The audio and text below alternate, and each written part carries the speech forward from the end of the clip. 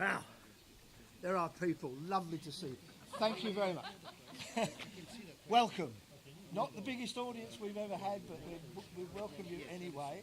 Were some of you here on the ill-fated Sunday, and you've come back for more? Lovely. We couldn't provide any rain for you tonight, but we provided you with a little bit of an icy wind instead. But thanks for coming back. Basically, everything will be as it would have been on Sunday night. The exception, we do have the cameras. Hello, Mum.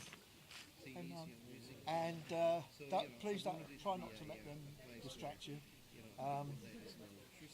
They won't get in your way, I hope. I'm sure they won't. But they're here to provide a record for Little Theatre of the play, and also because you were so kind on Sunday and so patient,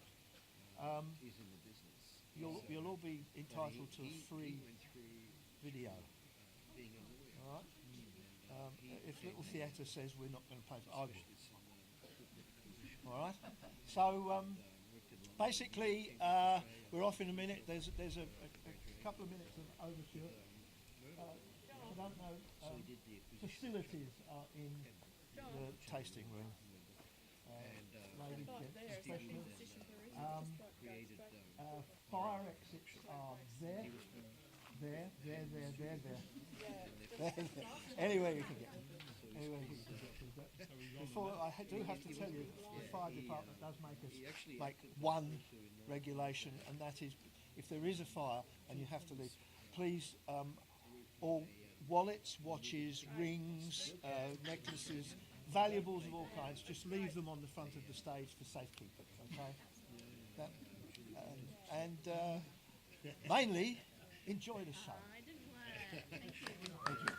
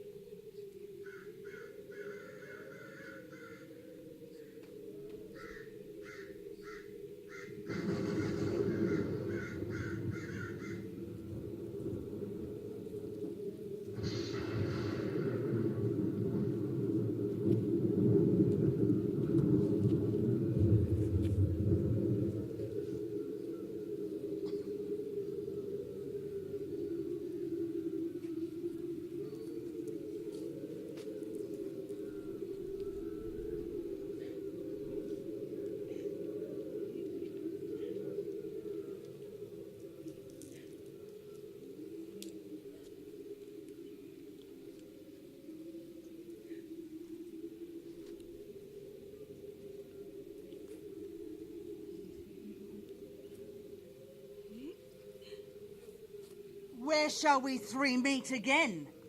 In thunder, lightning, or in rain?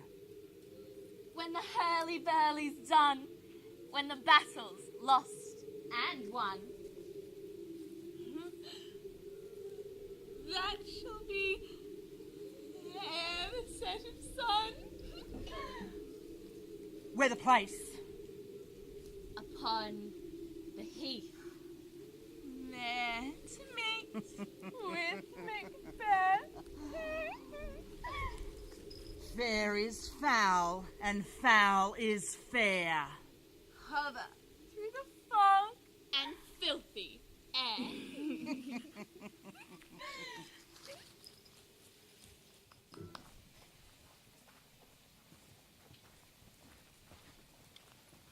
I think we should go over that mountain, over the ridge, cut them off at the pass, and outflank them.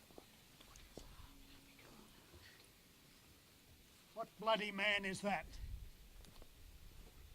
He can report, as seemeth by his plight, the newest state of the revolt. This is the sergeant who, like a brave and hearty soldier, fought against my captivity. Hail, brave friend. Say to the king the knowledge of the broil as thou didst leave it. Doubtful it stood for the merciless MacDonald, worthy to be a rebel, for the multiplying villainies of nature do swarm upon him, and fortune on his damned quarrel smiling, showed like a rebel's whore. was too weak for brave Macbeth. Well, he deserves that name. Disdaining fortune with his brandished steel, which smoked with bloody execution. Like Valor's minion, he carved out his passage till he faced the slain, unseamed him from the nave to the chops, and fixed his head upon our battlements. Oh, valiant cousin, worthy gentleman.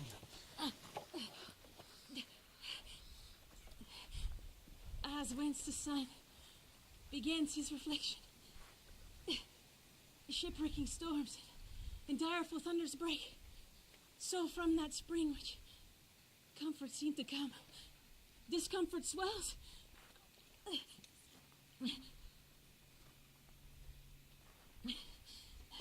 Mark, King of Scotland, Mark, no sooner justice had with valor armed, compelled these skipping currents to trust their heels, but the Norwegian lord, surveying vantage with refurbished arms and new supplies of men, began a fresh assault.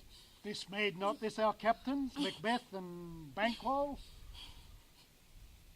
Aye, as sparrows the eagles, the hare the lion.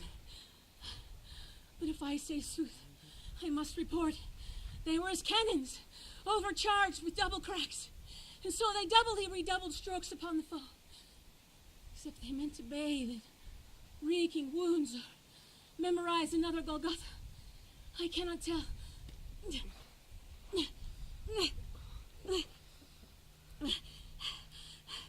But I am faint. My gashes cry for help. So well thy words become thee as thy wounds. They smack of honour both. Go get him surgeons.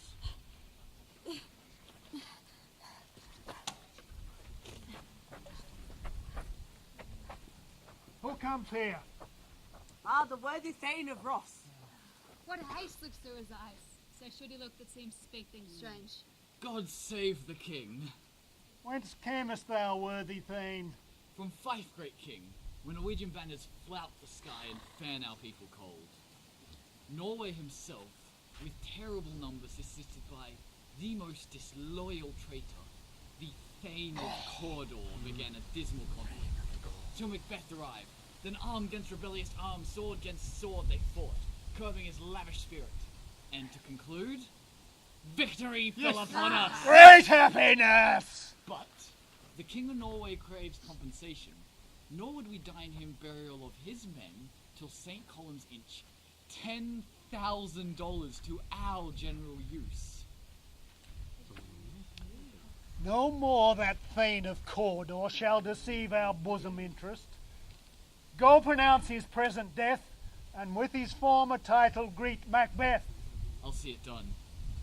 What he hath lost, noble Macbeth hath won.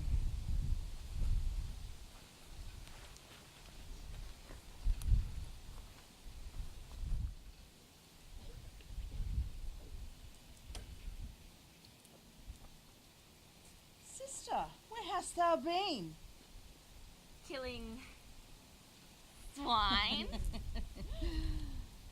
Sister, where thou? A sailor's wife had chestnuts in her lap, and she munched, and she munched, and she munched. Give me, quoth I. Begone, witch! The rup-fed Ronyan cried. Her husband's to Aleppo gone, master of the sailor, and like a sieve thither I'll sail, and like a rat without a tail, I'll do, and I'll do, and I'll do. I'll give thee a wind. Thou art kind. And I, another. I myself of all the other, and the very ports they blow, in all the quarters that they know of the shipman's card. I will drain him as dry as hay. Sleep shall neither night nor day hang upon his penthouse lid. He shall live, a man forbid.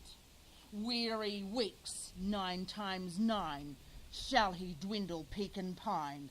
Though his bark cannot be lost, yet it shall be tempest tossed. Look what I have. Show me. show me. Here I have a pilot's thumb. Wrecked as homeward he did come.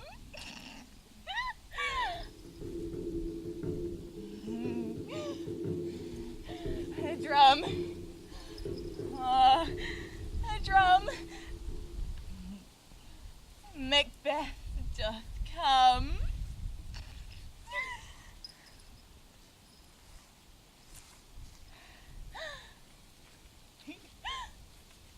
We're sisters, hand in hand, posters of the sea and land. Thus we go, about. Thrice to thine, thrice to mine, and thrice again, to make up 9 piece. The charm's wound up.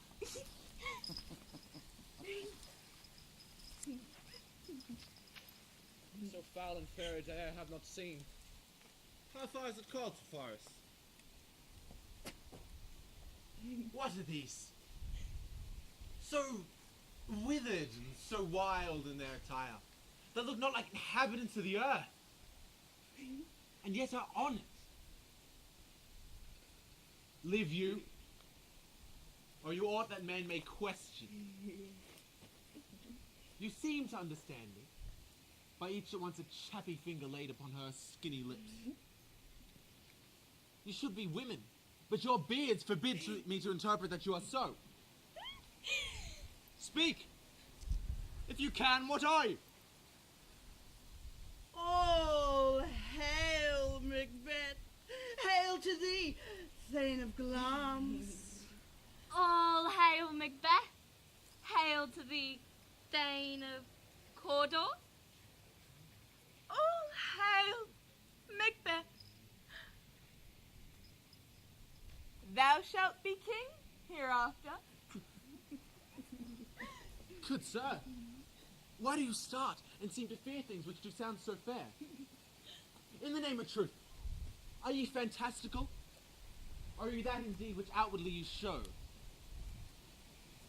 My noble partner, you have greeted with present grace and great prediction. Of royal hopes and noble havings, to me you speak not. If you can look into the seeds of time, and see which grain will grow and which will not. Speak to me, who neither beg nor fear your favour nor your hate. Hail! Hail. Hail. Listen then, Macbeth, and greater. Not so happy, yet much happier.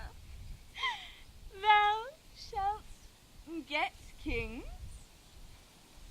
Don't thou be none. So all hail Macbeth and Banquo. Banquo and Macbeth, all hail! Stay! You imperfect speakers, tell me more. By St. El's death, I know I am Thane of Glamis, but how of Cawdor? The Thane of Cawdor lives, say from whence you owe this strange intelligence. Or why upon this blasted heath you stop our way with such prophetic greetings? Speak, I charge you. The earth hath bubbles, as the water does. And these are of them. Whither have they vanished? Into the air. And what seemed corporeal melted as breath into the wind. Are things here, as we do speak about, or have we eaten on the insane route that takes the reason prisoner?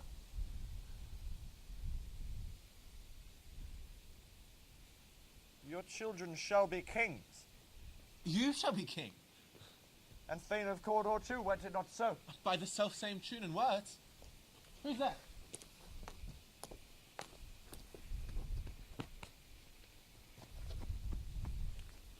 The king hath happily received Macbeth, news of thy great success.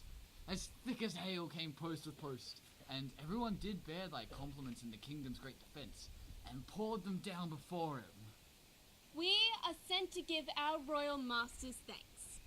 And, for the earnest of the greatest honour, he bade me to call you Thane of Cawdor, in which addition, hail, most worthy Thane, for it is thine. What? Can the devil speak true? The Thane of Cawdor lives. Why do you dress me in borrowed robes? Who was the Thane lives yet, but under heavy judgment bears the life which he deserves to lose. Whether he was combined with those of Norway, or did Lion rebel with hidden help and vantage, or that of both, I know not. But treason's capture confessed and proved have overthrown him. Glamis. And Thane of Cawdor. The greatest is behind. Thanks for your paint. What?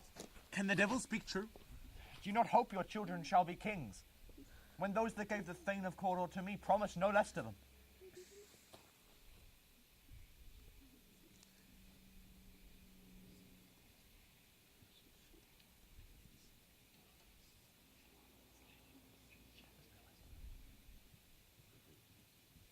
That trusted home may yet install you to the crown besides Cawdor.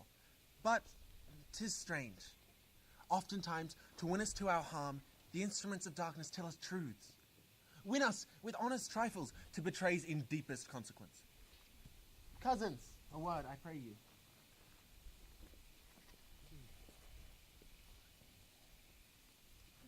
Two truths are told, as happy prologues to the swelling act of the imperial theme. Cannot be ill, cannot be good. If ill, why do I yield to that suggestion? If good, why do I yield to that suggestion whose horrid image doth unfix my hair? My thoughts shake so my single state of man, that function is smothered in surmise, and nothing is but what is not. Look how our partners rap. If chance will have me king, why? Chance may crown me without my stir. New horrors come upon him. Come what come may. Time and the hour runs through the roughest day. Worthy Macbeth, we wait upon your leisure. Give me your favour. My dull brain was wrought with things forgotten. Let us toward the king. Think upon what hath chanced, and at more time let us speak our free hearts each to other. Gladly. Till then, enough.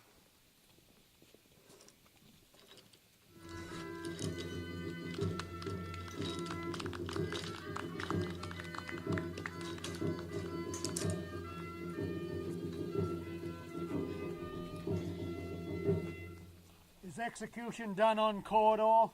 Are not those in commission yet returned?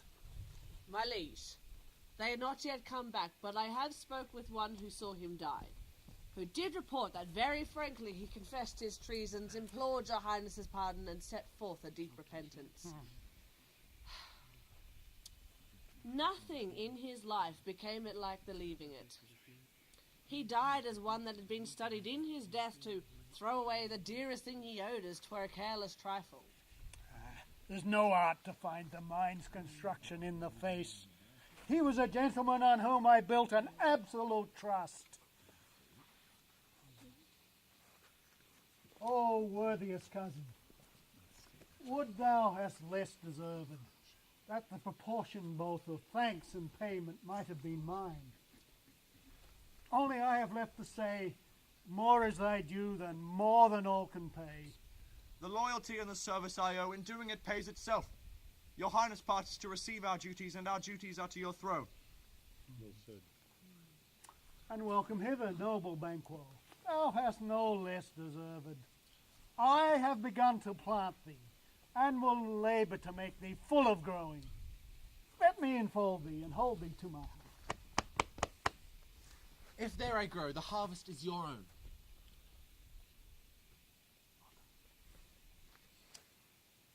Sons, kinsmen, thanes, and you whose places are the nearest, know we will establish our estate upon our eldest, Malcolm. whom we name hereafter the Prince of Cumberland. But signs of nobleness, like stars, shall shine on all deservers, from hence to Inverness, and bind us further to you. I'll be the harbinger, and make joyful the hearing of my wife with your approach. So humbly take my leave. My worthy Cawdor,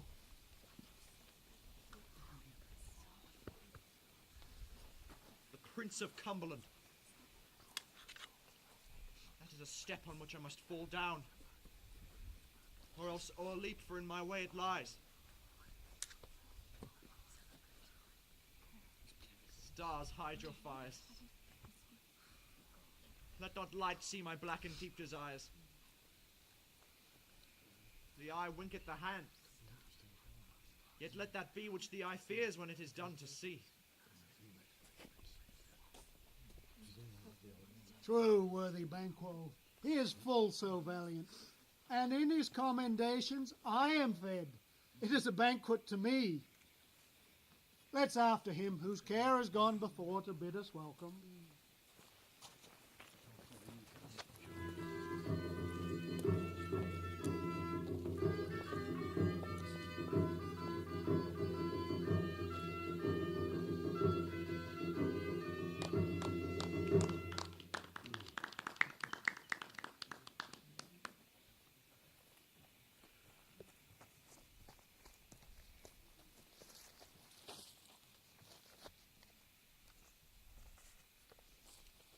They met me in the day of success, and they have more in them than mortal knowledge. When I desired to question them further, they vanished. Whilst I stood wrapped in the wonder of it, came missives from the king who hailed me Thane of Cawdor, by which title before these weird sisters saluted me and referred me to the coming on of time with Hail, King that shall be. This have I thought good to deliver thee, my dearest, that thou might not lose the dews of rejoicing by being ignorant of what greatness is promised thee. Lay it to thy heart, and farewell.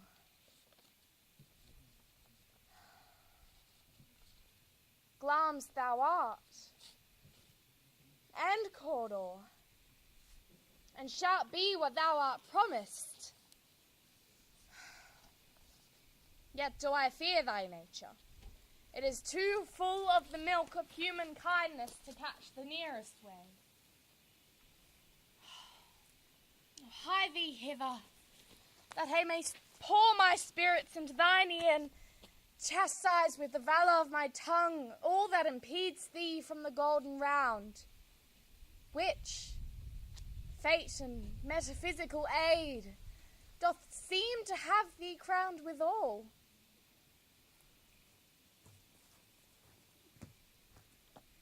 What is your tidings? The king comes here tonight. Is not thy master with him? Who, wert so, would have informed us for preparation? So please you, it is true, our Thane is coming. One of my fellows had the speed of him, who, almost dead for breath, had scarcely more than would make up his message. Give him tendings.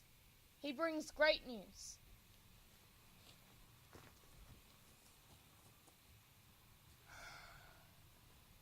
The raven himself is hoarse, that croaks the fatal entrance of Duncan under my battlements. Come, you spirits that tend on mortal thoughts, unsex me here and fill me from the crown to the toe, top full of direst cruelty. Make thick my blood, stop up the access and passage to remorse, that no compunctious visitings of nature shake my fell purpose. Come to my woman's breast and take my milk for gall.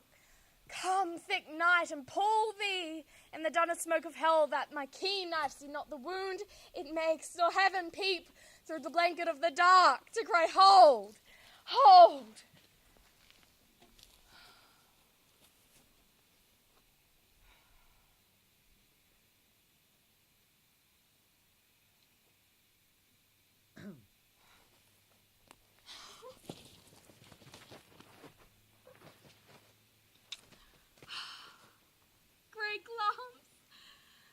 mighty Cawdor, greater than both by the all-hail hereafter.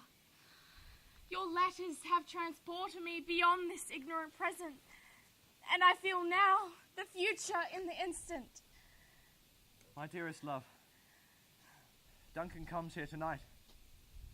And when goes hence? Tomorrow, as he purposes. Oh, never shall sun that morrow see. Your face, my Thane, is a book where men may read strange matters. To beguile the time, look like the time, bear welcome in your eye, your hand, your tongue. Look like the innocent flower, but be the serpent under it. He that's coming must be provided for. You shall put this night's great business into my dispatch, which shall, to all our nights and days to come, give solely sovereign sway and masterdom. We will speak further. Only look up clear. To alter favour ever is to fear. Leave all the rest to me.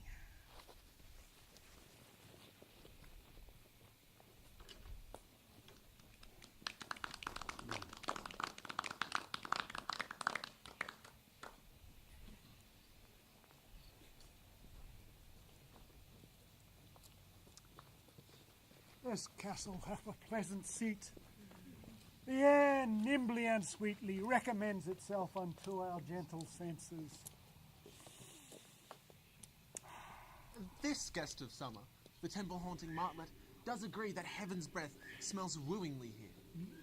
Where these birds do most breed and haunt, I have observed the air to be delicate. Ah, our gracious hostess. How you shall bid God bless us for your pains and thank us for your trouble. All our service point twice done, and done double, were poor against those honours deep and broad, wherewith your majesty loads our house. Where's the Thane of Cawdor? We coursed him at the heels, but he rides well. And his great love, sharp as his spur, hath helped him to his home before us. Fair and noble hostess, we are your guests tonight. And we are your servants ever, and what is ours is at your highness's pleasure. Give me your hand. Conduct me to mine host. We love him highly, and shall continue our graces towards him. By your leave, hostess.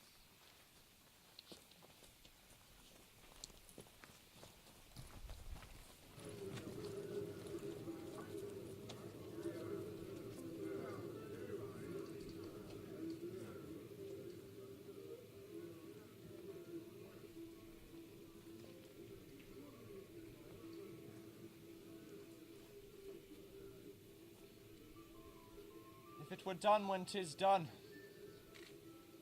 then 'twere well it were done quickly. If the assassination were to tremble at the consequence, and catch his surceased success, then that but his blow would be the be-all and end-all here. He's here in double trust.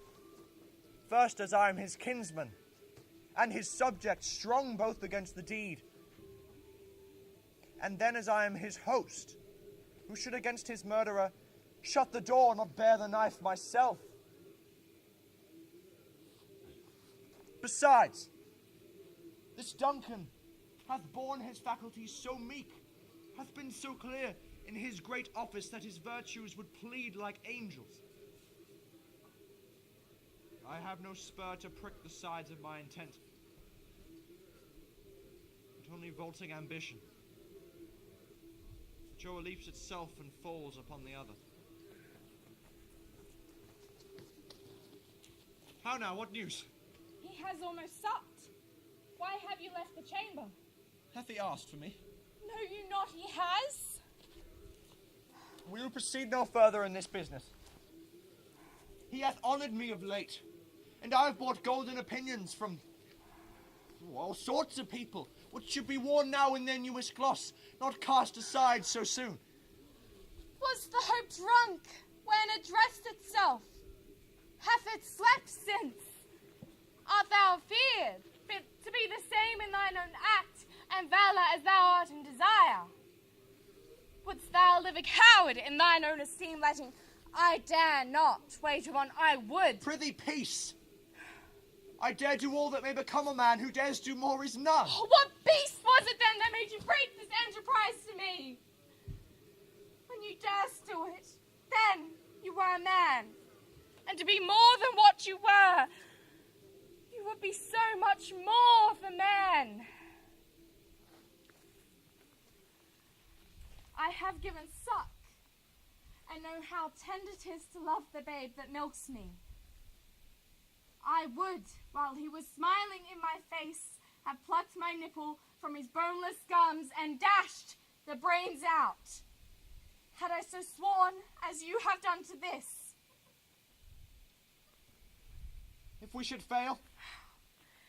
We fail, but screw your courage to the sticking place and will not fail. When Duncan is asleep, whereto his day's hard journey shall soundly invite him, these two chamberlains will I with wine and wassail so convince that memory shall be a fume. When in swinish sleep, their drenched natures lie but as in a death. What cannot you and I perform upon the unguarded Duncan? His spongy offices shall bear the guilt. Bring forth men, children only. Your undaunted metal shall compose nothing but males. Will it not be received when we have marked with blood those sleepy two, and used their very daggers that they have done? Who dares receive it other? For we will make our griefs and clamour roar upon his death. I am settled. Away, and mock the time with fairest show. The false face must hide what the false heart doth know.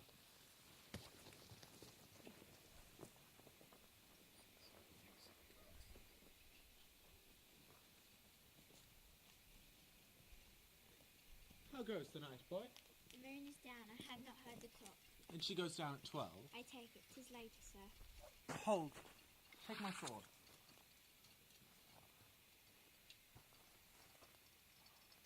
There's husbandry in heaven. The candles are all out. Oh, merciful powers, restrain in me the cursed thoughts that nature gives way to in repose. Give me my sword. Who's that? A friend. What, sir? Not yet at rest. The king's abed. He hath been in unusual pleasure, and sent forth great largesse to your offices. This diamond, he greets your wife by the name of most kind hostess. I dreamt last night of the three weird sisters. To you, they have shown some truth. I think not of them. Yet, if we could entreat an hour to serve, we would spend it in some words upon that business. If you would grant the time. At your kindest leisure. Could repose the while. And the like to you.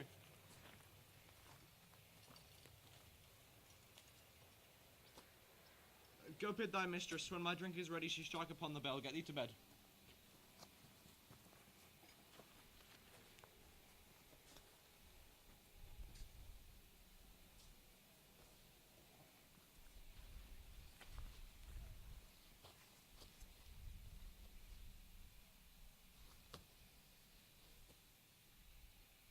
Is that a dagger which I see before me?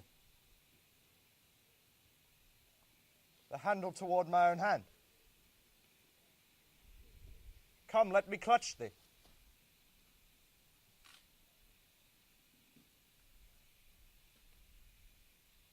I have thee not, yet I see thee still. Art thou not fatal vision, sensible to feeling as to sight? Or art thou but a dagger of the mind, a false creation, proceeding from the heat-oppressed brain?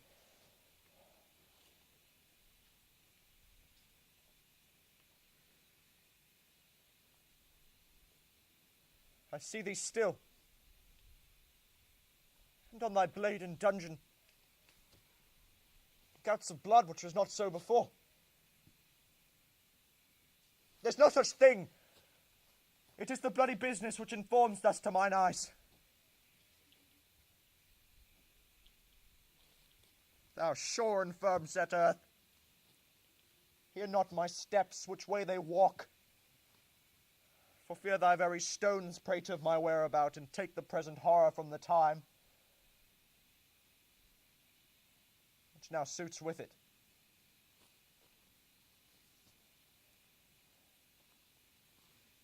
Whiles I threat he lives, words to the heat of deeds too cold breath gives.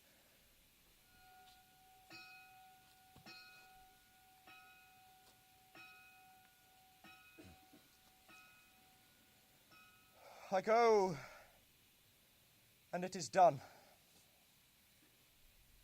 The bell invites me. Hear it not, Duncan, for it is a knell that summons thee to heaven.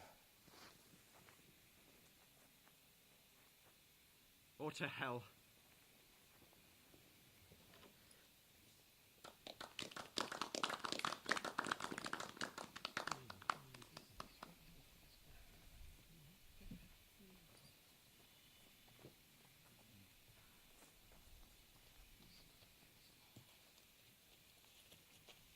That which hath made them drunk hath made me bold. What hath quenched them hath given me fire. He's about it. The doors are open and the surf-eyed grooms do mock their charge with snores. Have drunk their posits, that death and nature do contend about them, whether they live or die. Who's there? What ho? Alack, I'm afraid they have awaked and 'tis not done. The attempt to knock the deed confounds us. Hark! I laid their daggers ready. He could not miss them. Had he not resembled my father as he slept, I had done it.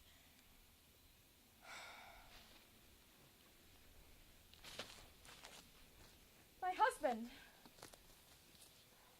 I've done the deed. Didst thou not hear a noise? I heard the owl scream and the crickets cry.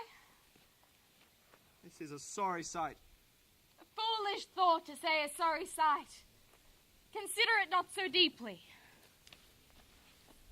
Methought I heard a voice cry, "Sleep no more." Macbeth does murder sleep. What do you mean? It cried, "Sleep no more, Macbeth shall sleep no more." Who was it that thus cried? Why, worthy Thane, you do unbend your noble strength to think so brain-sickly of things. Go get some water and wash this filthy witness from your hands. Why did you bring the daggers from the place? They must lie there. Go carry them and smear the sleepy grooms with blood. I'll go no more. I am afraid to think what I have done. Oh, firm of purpose. Give me the daggers. The sleeping and the dead are but as pictures. 'Tis I of childhood that fears a painted devil. If he do bleed, I'll gild the faces of the grooms withal, for it must seem their guilt. Whence is that knocking? How is 't with me when every noise appalls me?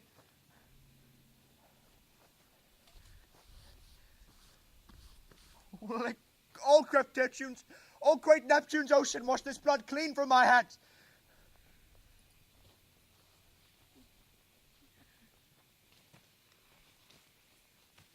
My hands are of your colour, but I shame to our hearts so white.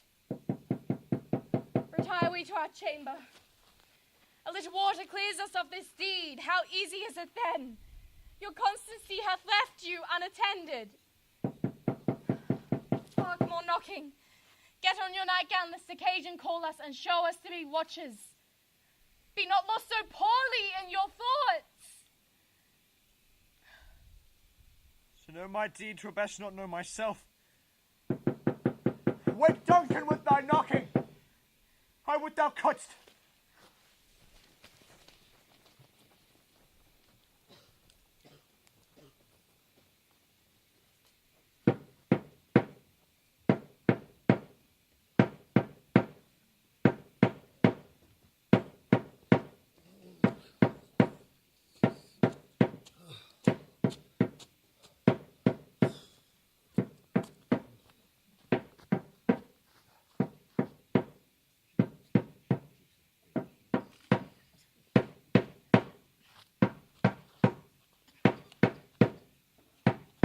a knocking indeed. If a man were porter of Hellgate, he'd get practice turning the key. Knock, knock, knock. Who's there? In the name of Beelzebub. Oh, faith, 'tis a farmer. Hanged himself in the expectation of plenty. Come in, Barnaby. Knock, knock, knock. Who's there? In the other devil's name. Oh. Faith, 'tis an equivocator who could swear in both scales against either scale, and who has committed treason enough in God's name, but could not equivocate himself to heaven. Oh, come in, equivocator. Knock, knock. Oh, what? Oh.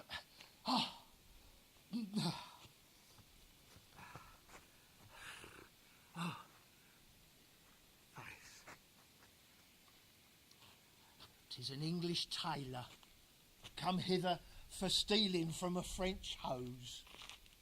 Come in, tailor. Here you shall roast your goose. It's a goose is iron. This is what they used to use to iron, roast it. It's pale words. Knock, knock, knock!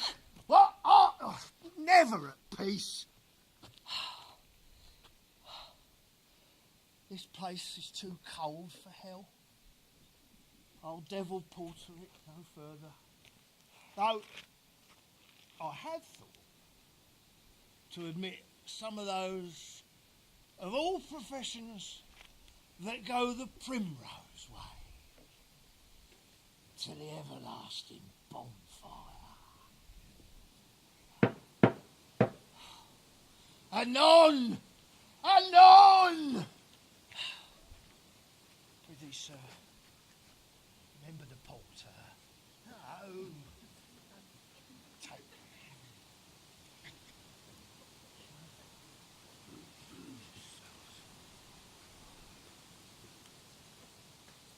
Was it so late, friend, ere you went to bed, that you do lie so late?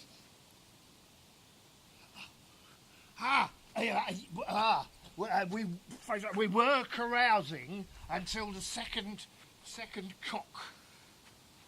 And drink, sir, is a great provoker of three things. And what three things does drink especially provoke? Mary, sir, nose painting,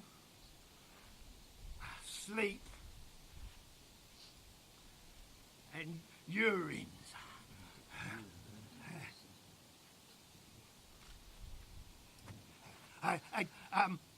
Lechery, sir, it provokes and unprovokes. It provokes the desire. Takes away the performance. And thus it may be said, sir, that much drink is an equivocator with lechery. It sets a man on and takes him off.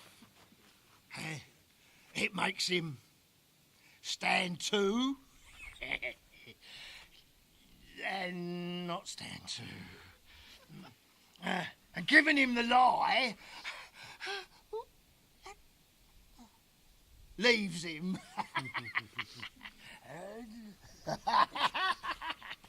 I think drink gave thee the lie last night. It did, sir, that did, sir.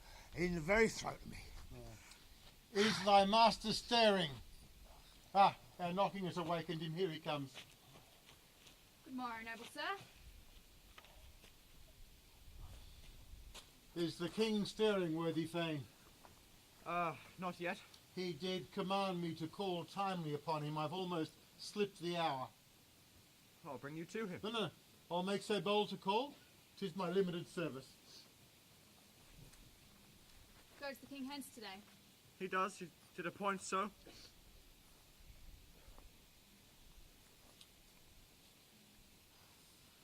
The night has been unruly. Where we lay, our chimneys were blown down. Lamenting was heard in the air, strange screams of death. Some say the earth was feverish and did shake. 'Twas a rough night. My remembrance cannot parallel a fellow to it. Oh, horror, horror, horror! Tongue nor heart cannot conceive nor name thee!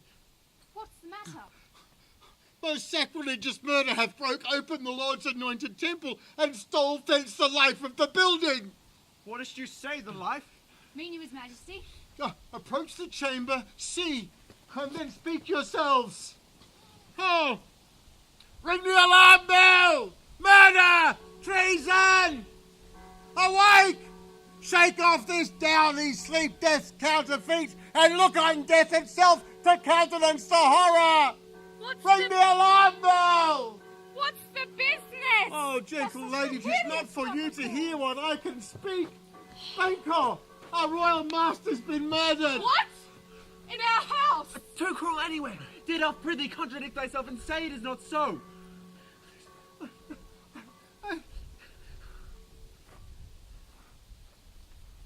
Had I but died an hour before this chance, I'd have lived a blessed time. For from this instant there's nothing serious in mortality. All is but toys. Renown and grace is dead. What is amiss? You are. And do not know it, the spring that had the fountain of your blood is stopped. Your royal father's been murdered.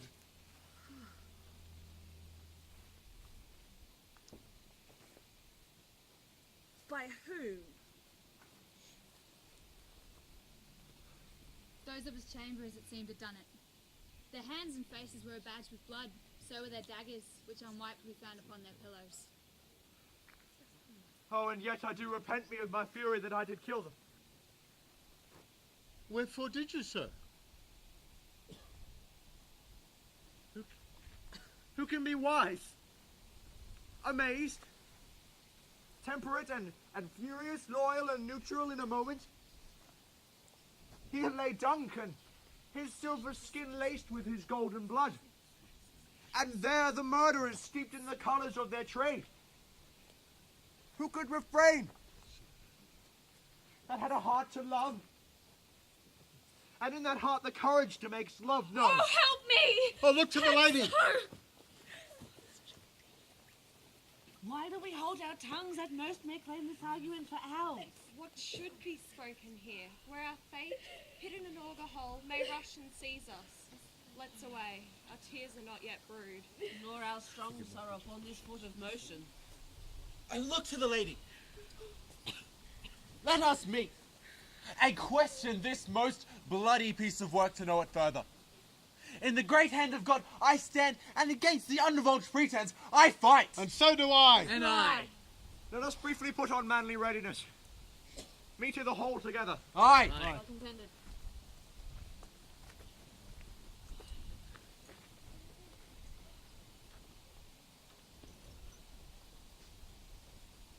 What will you do? Let us not consult with them. To show an unfelt sorrow is an office which the false man does easy. I'll to England. To Ireland I, our separated fortunes shall keep us both the safer. Where we are, there's daggers and men's smiles. The near in blood, the nearer bloody. Aye, this murderous shaft that shot hath not yet lighted, and our safest way is to avoid the aim. Therefore to horse, and let us not be dainty about our leave taking, but shift away. There is warrant in that theft which steals itself when there's no mercy left.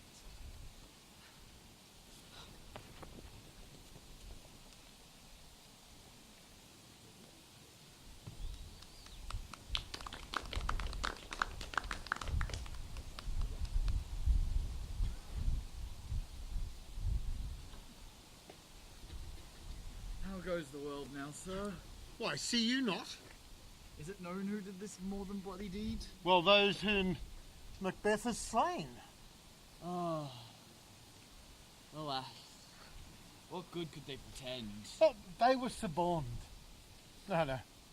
Malcolm and Donalbain, the king's two sons, are stolen away and fled, which puts upon them suspicion of the deed.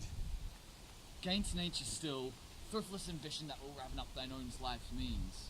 Still, seems that sovereignty will fall upon Macbeth. He's already named, and gone to Scone to be invested. Where's Duncan's body? Carried to Colmkill, the sacred storehouse of his predecessor and guardians of their bones. Will you to Scone? No, cousin, I'll to Fife. Well, then I'll thither. Well, may you see things there well done. Adieu.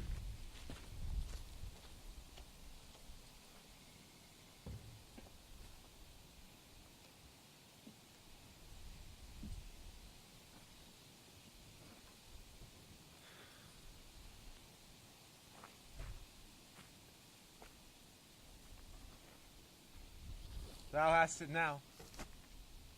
King, Cawdor, Glam, all as the weird women promised. And yet, it was said that I myself would be the root and father of many kings. If truth come from them, as upon thee, Macbeth, their speeches shine, should they not be my oracles as well, and set me up in hope? But hush, no more. Here's our chief guest. If he had been forgotten, it was as a gap in our great feast. Tonight we hold a solemn supper, sir. And I request your presence. Command upon me, my lord, to which my duties are with an indissoluble tie forever knit. Ride you this afternoon. Aye, my lord. We should have else desired your good advice. Is far you ride? As far as will fill up the time twixt this and supper. Fail not our feast. I will not, my lord. We hear our bloody cousins are bestowed in England and in Ireland, not confessing to their cruel parricide, filling their hearers with strange invention. But of that tomorrow, when we shall have cause of state craving us jointly. Hie you to horse. Adieu, till you return at night. I know. Goes fleance with you. Aye, my lord, our time calls upon it. I wish your horses swift and sure of foot. Farewell.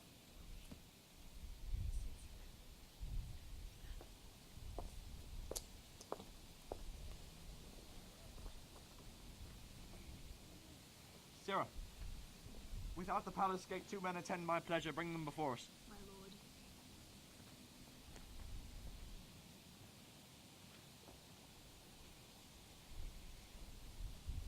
To be thus is nothing, but to be safely thus. Our fears in Banquo stick deep, and in his royalty of nature reigns that which would be feared. Under him my genius is rebuked. As it is said, Mark Antony's was by Caesar. He cheered the sisters when first they put name of king upon me, bade them speak to him, then, prophet-like, hailed him father to a line of kings. Upon my head they placed a fruitless crown, and put a barren scepter in my gripe, no son of mine succeeding. If it be so, then for Banquo's issue have I gracious Duncan murdered, to make them kings, the seed of Banquo kings.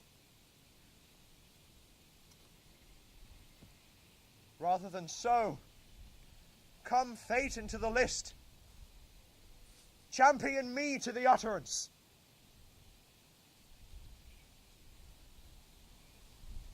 Who's there?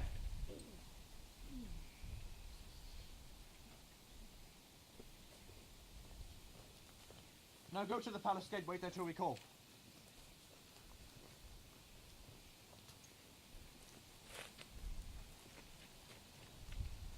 Was it not yesterday we spoke together? It was. So please, Your Highness. Well then, now have you considered of my speeches? Know that it was he in times past that held you so under fortune. You, you have made it known to us.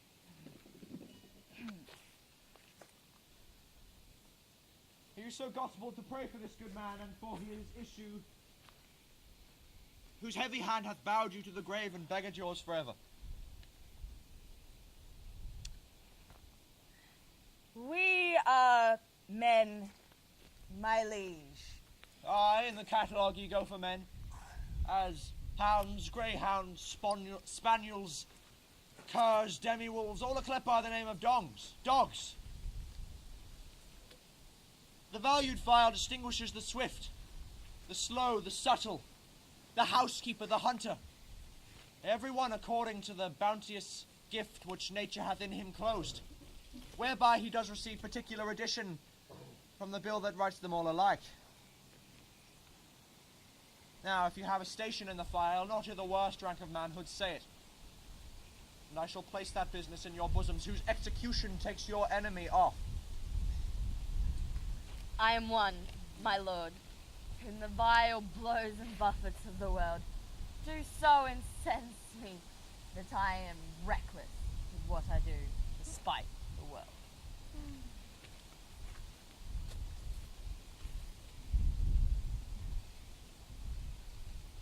And I, another, so weary with disaster, tugged with fortune, that I would set my life on any chance to mend it or be rid on it. Both of you know Banquo is your enemy. Aye, my lord. So is he mine. And though I could with barefaced power sweep him from my sight, yet I must not.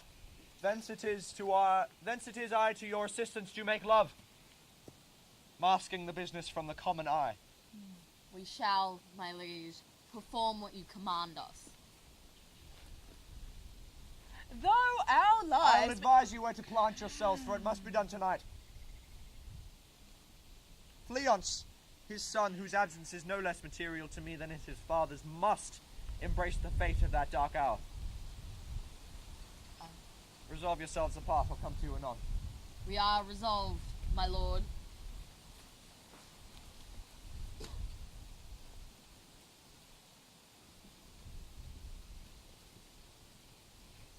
It is concluded. Banquo,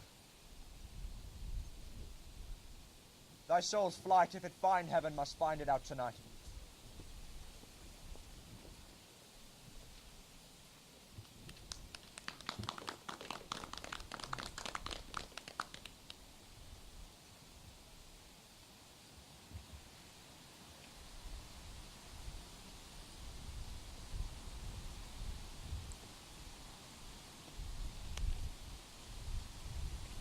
Is Banquo gone from court? Aye, madam, but we'll return again tonight. Say to the king I would attend his leisure for a few words. Madam, I will.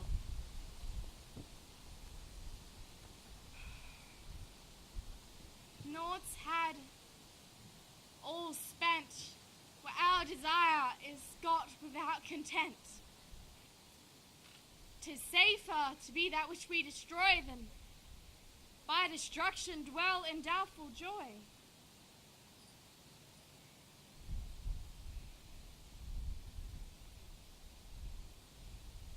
How now, my lord? Why do you keep alone? Of sorry's fancies your companions making, using those thoughts that should indeed have died with them they think on. Things without all remedy should be without regard. What's done is done. We have scotched the snake, not killed it. She'll close and be herself, whilst our poor Malice remains in danger of her former tooth. Duncan is in his grave. After life's fitful fever, he sleeps well. Treason has done his worst. Nor steel, nor poison, malice, domestic, foreign levy, nothing can touch him further. Gentle, my lord. Be bright and jovial among your guests tonight. So shall I, love. And so I pray be you. Let your remembrance apply to Banquo both with eye and tongue. You must leave this. Oh, full of scorpions is my mind, dear wife. Thou knowest that Banquo and his fleance lives. But in the nature's copy's not a turn. There's comfort yet. They are assailable. Then be thou jocund. Ere night's end there shall be done a deed of dreadful note. What's to be done? Be innocent of the knowledge, dearest Chuck, till thou applaud the deed.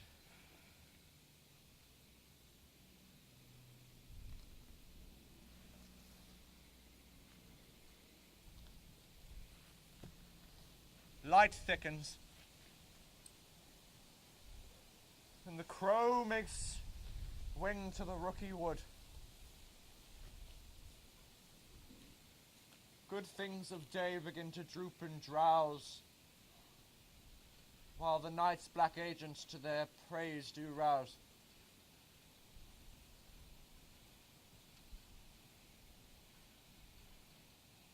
Thou marvellest at my words, but hold thee still. Things bad begun make strong themselves by ill. So prithee, go with me.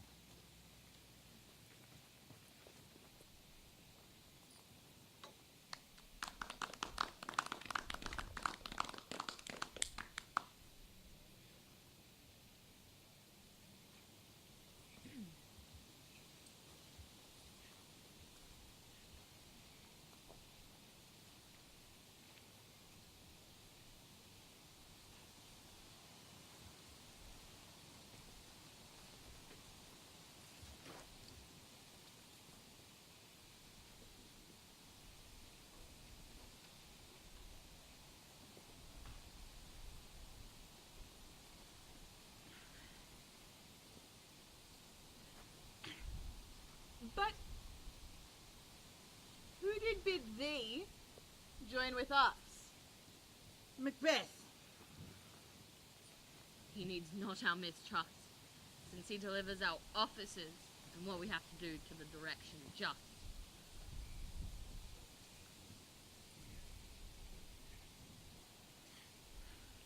Then stand with us.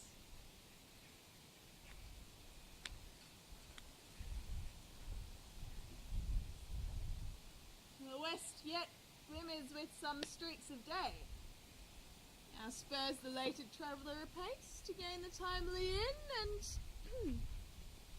near approaches the subject of our watch. Hark, I hear horses. Then 'tis he. The rest that are within the note of expectation already are in the court. His horses go about. Almost a mile. But this is usual, as do all men. From thence to the palace gate, make it their walk. A light! A light! 'Tis he. Stand to it, then.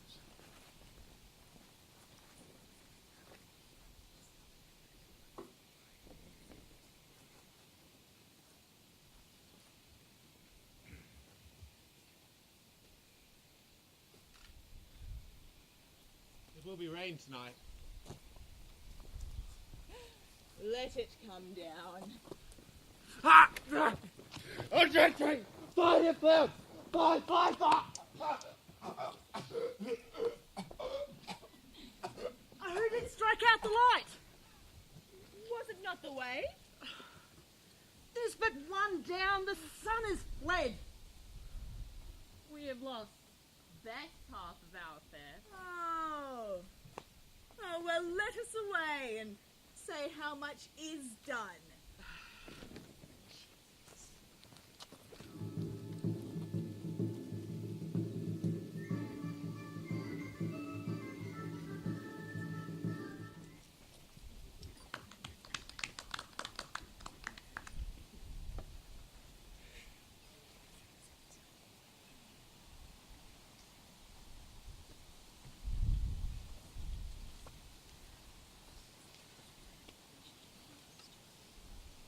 You know your own degrees.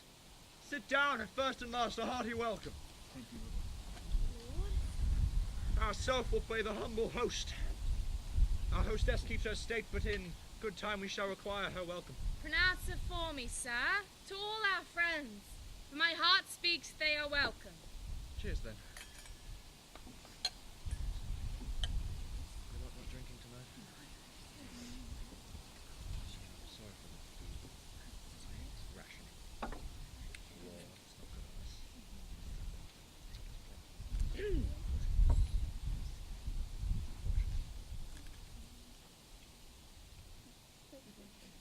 Be large in mirth. None will drink a measure the table round.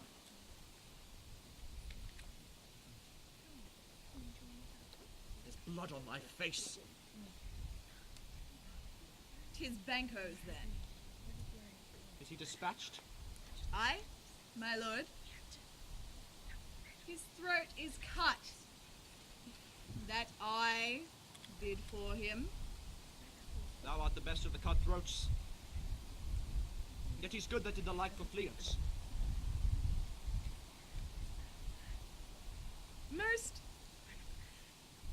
Most royal, sir.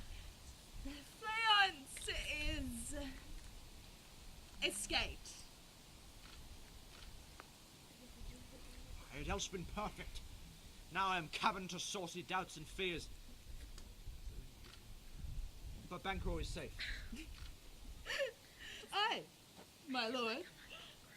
Safe in a ditch he bides, with 20 trenched gashes in his head. The least a death to nature. Get thee gone.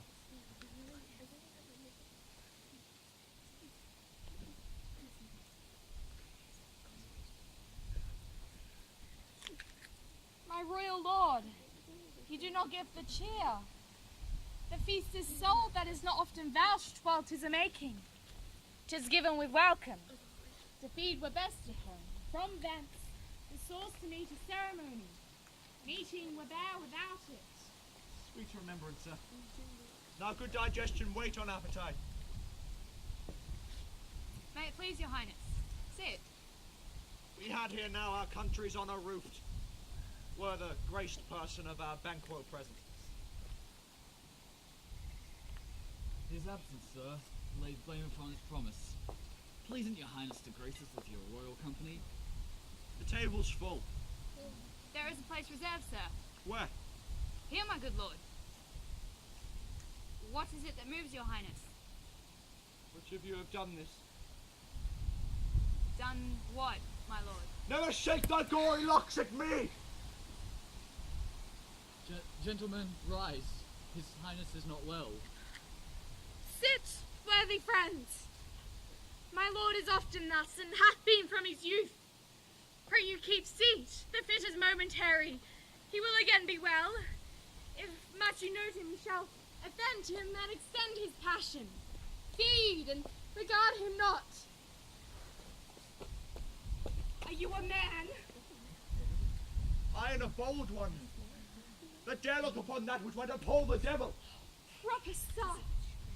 This is the very painting of your fear. This is the air-drawn dagger which, you said, led you to dungeons. More than stars.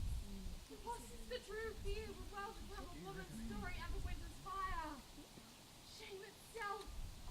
Why do you make these faces when all time you look but on a stool? Prithee, see there! Behold, look! Lo, how say you? If our graves must send those that we bury back, our monuments shall be the moors of kites. What? Quite unmanned in folly. If I stand here, I saw him. Fie, for shame!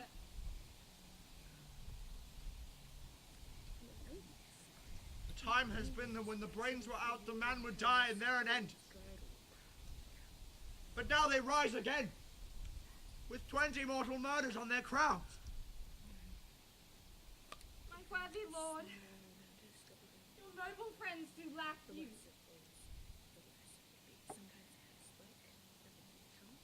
Do not muse at me, my worthy friends. I have a strange infirmity which is nothing to those that know me. I drink to the general joy of the whole table, and to our dear friend Banquo, whom we miss. The duty and the pledge.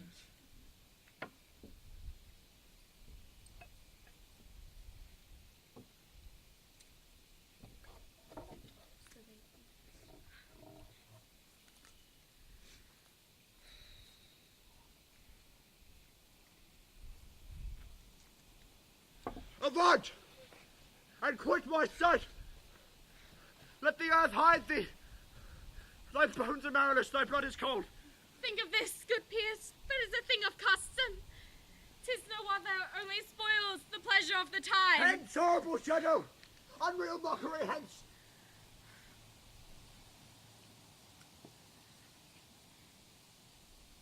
What?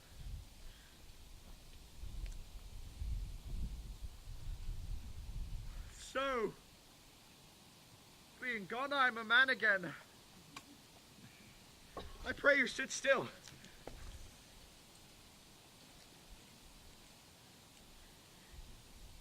You have displaced the mirth, broke the good meeting with most admired disorder.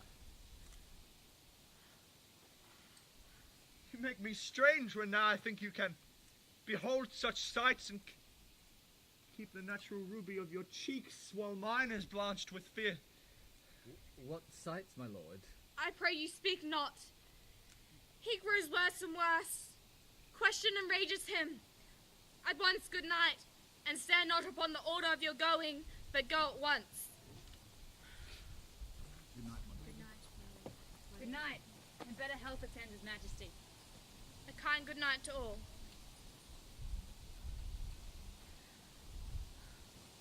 It will have blood.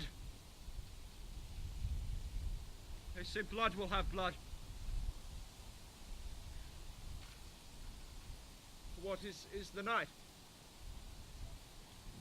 Almost at odds with morning. Which is which? How sayest thou that Macduff does deny his person at our great bidding? Did you send to him, sir? I will tomorrow. And betimes I will the weird sisters. More shall they speak.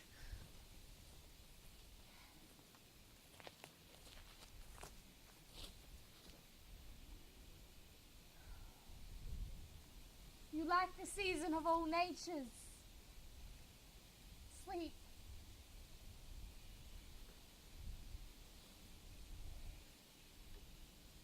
Come. Go to sleep.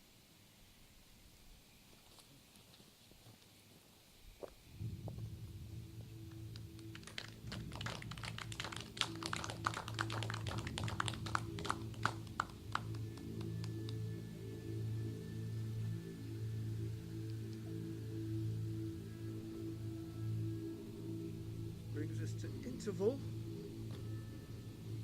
I hope there's some hot drinks for him. We'll make it quite a short one, I think.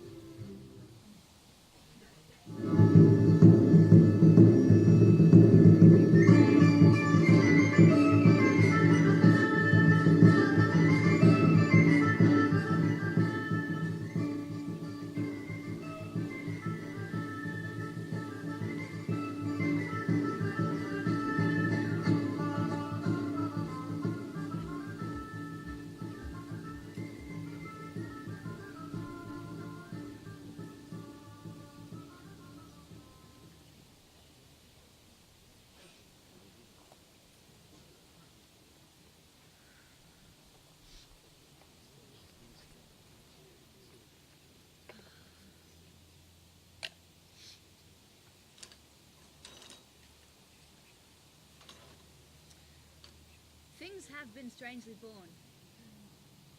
The gracious Duncan was pitied of Macbeth. Marry, he was dead. And the right valiant Banquo, whom you may say Fleance killed, the Fleance fled.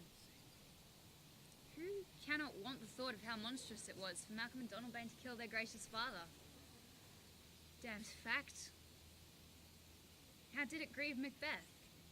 Did he not, straight in pious rage, the two delinquents tear, that were the slaves of drink and thralls of sleep? Was that not nobly done? Aye, and wisely too. But peace, for from broad words and cause he'd failed, his presence at the tyrant's feast. I hear Macduff lived in disgrace. Sir, can you tell me where he bestows himself? The son of Duncan, from whom this tyrant holds the due of birth, lives in the English court. Macduff has gone to wake Northumberland and warlike Seward, that, by the hope of these, we may again give to our tables meat, sleep to our nights, and free from our feasts and banquets bloody knives. This support hath so exasperate the king that he prepares for some attempt of war. Sent he to Macduff? He did, and with an absolute "Sir, not I," the cloudy messenger turns me his back and hums, as who should say, "You'll rue the time that clogs me with this answer."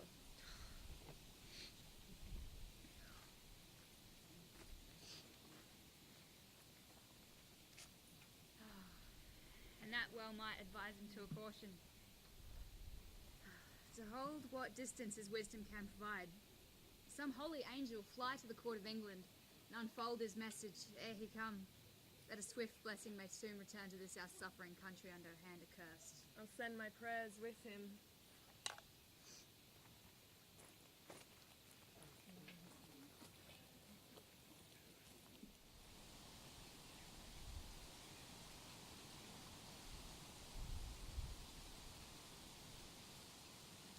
Thrice the brindled cat hath mewed.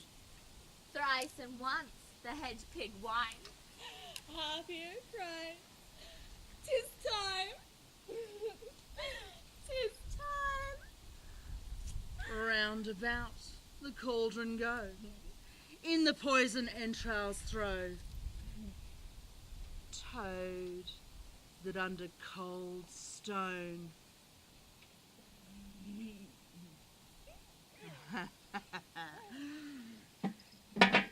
days and nights have 31. Sweltered venom a sleeping got. Boil thou first in the charmed pot. Double. Toil and trouble. Fire burn. And cauldron bubble. Fillets of fenny snake in the cauldron boil and bake. Eye of newt and toe of frog. Wool of bat and tongue of dog. Adder's fork and blind worm's sting. Lizard's legs and owlet's wings.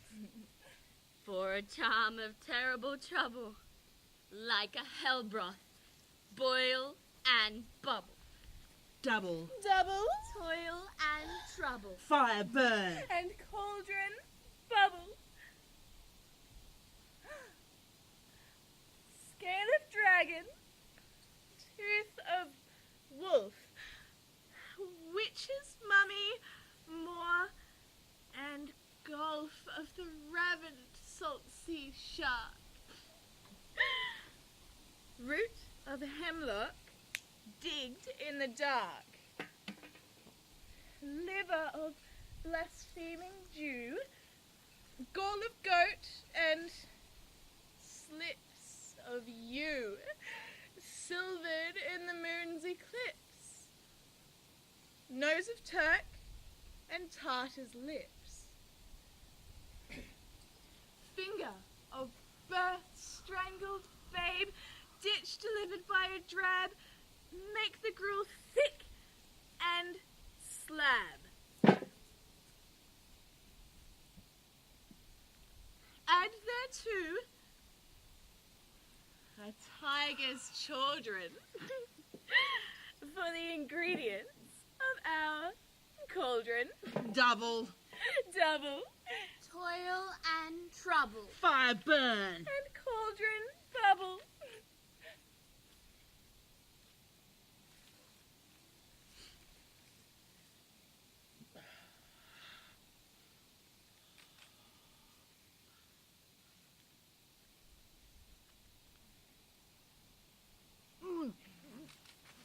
Cool it with baboon's blood.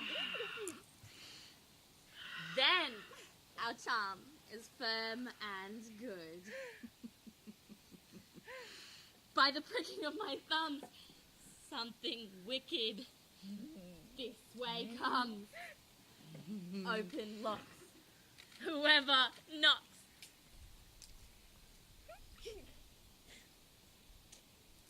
How now, you secret black and midnight hags, what is't you do? A deed without a name. I conjure you, by that which you profess, answer me, though you untie the winds and let them fight against the churches, answer me to what I ask you. Sayest I'd rather hear it from our mouths, or from our masters. Call him. Let me see him. Come. Hi. Hello. Thyself and office. Deftly show.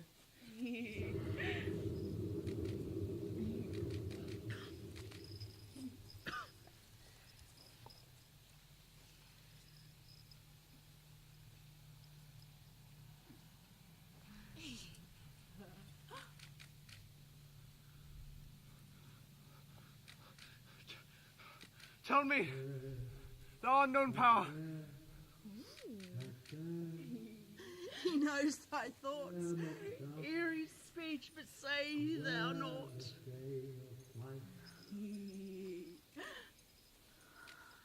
Whate'er thou art, for thy good caution, thanks.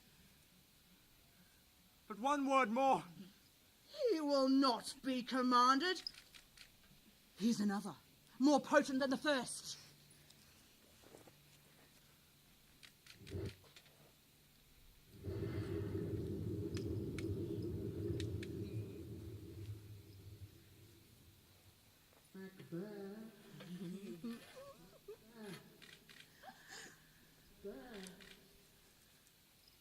Bloody, bold, and resolute,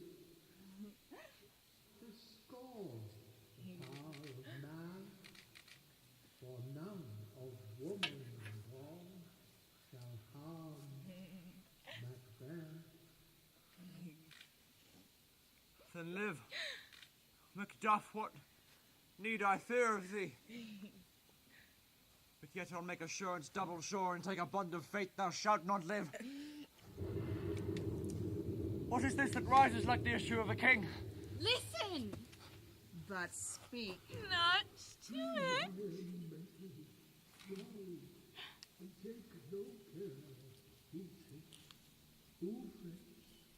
Or where conspirators are, death shall never vanquish peace until great Burnham Wood, to hide vaccinated, shall come against him. That will never be. What man can bid the tree unfix his earthbound root? My heart throbs to know one thing. Tell me if thou art can tell so much. Shall Banquo's issue ever reign in this kingdom? Seek to know. No more. I will be satisfied. Deny me this, and an eternal curse fall upon you. Show. Show. Show his eyes and grieve his heart. Come like shadows. Thus depart.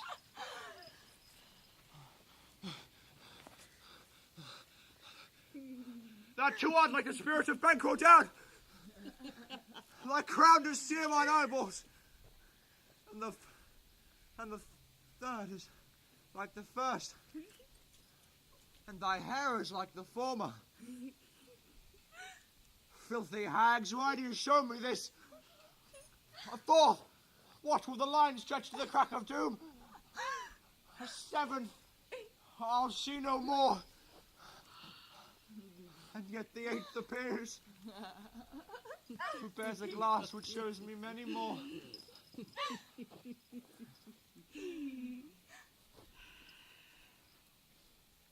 What? Is this so? Aye, sir. This is so. But why stand Macbeth so amazedly? Come, sisters, let us cheer up his sprites and show him our delights. I'll charm the air to make a sound while you perform your antic round, that this great king can kindly say, our duties did his welcome pay.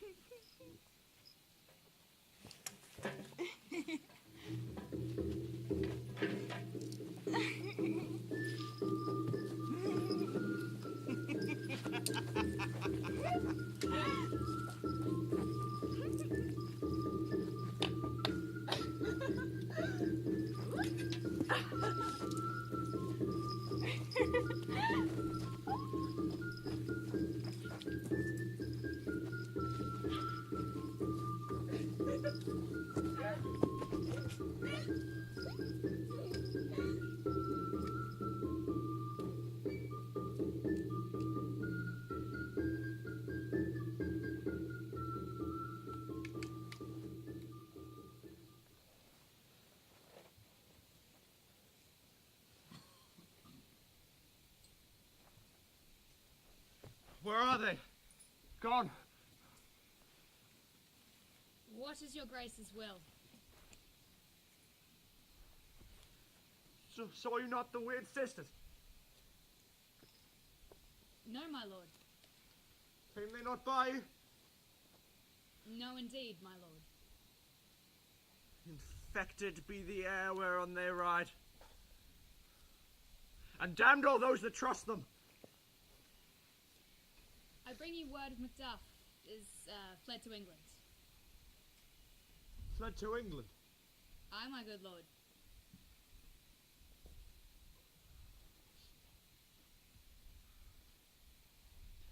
From this moment on, the very firstlings of my heart shall be the firstlings of my hand. And even now, to crown my thoughts with acts, the castle of Macduff I will surprise.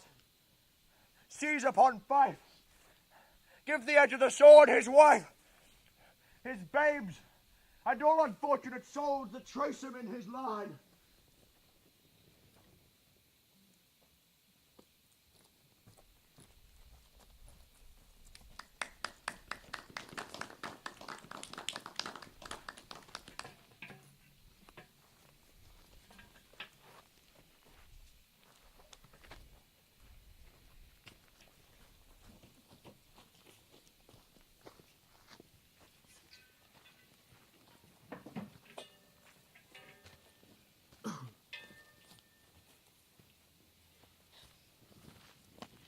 What had he done to make him fly the land? You must have patience, madame. He had none. His flight was madness. When our actions do not, our fears do make us traitors.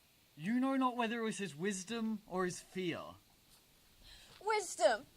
To leave his wife, to leave his babes, his mansion and his titles in a place from whence himself does fly? He loves us not. He lacks the natural touch.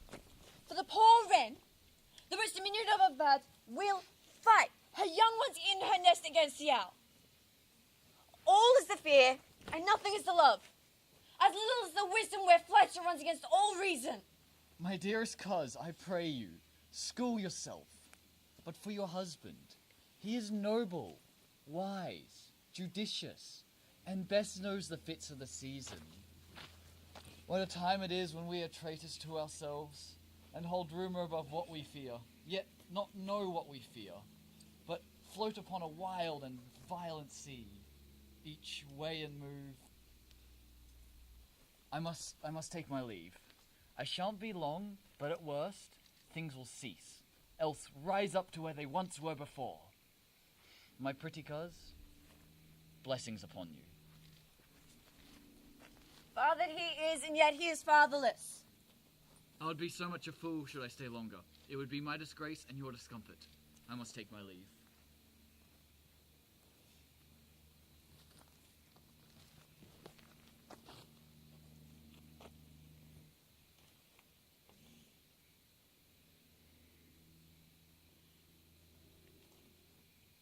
Sarah, your father is dead. And what will you do now? How will you live? As birds do, Mother.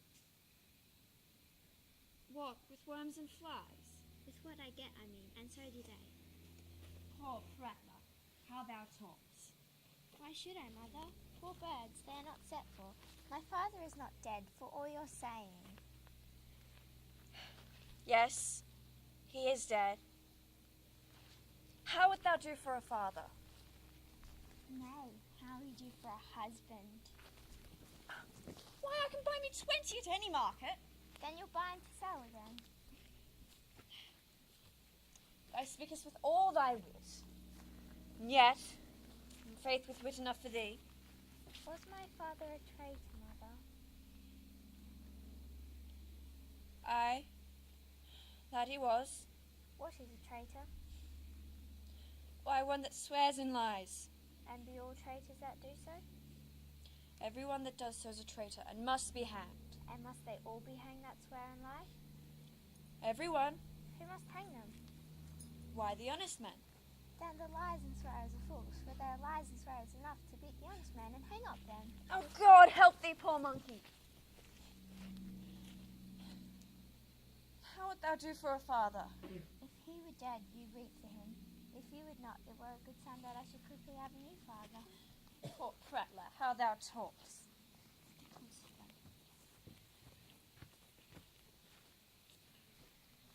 Bless you, fair dame. I am not too known, though in your state of honour I am perfect. I doubt some danger does approach you nearly. If you will take a homely man's advice, be not found here, hence with your little ones. To fright you thus, methinks, I am too savage. To do worse to you is to you a fell cruelty, which is too nigh your person. Heaven preserve you. I dare abide no longer.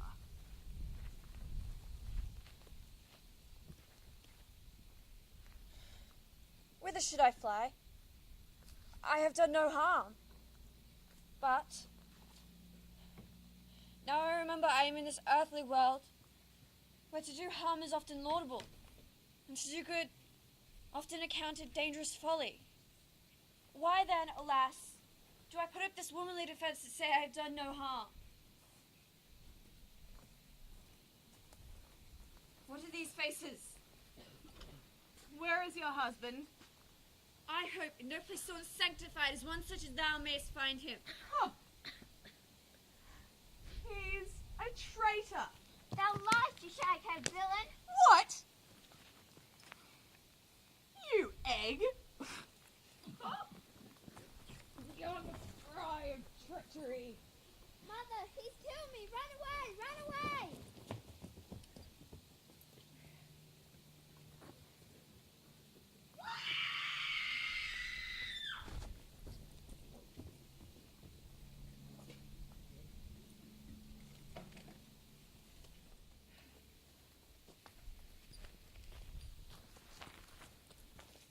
Come, let us seek out some desolate shade and there weep our sad bosoms empty.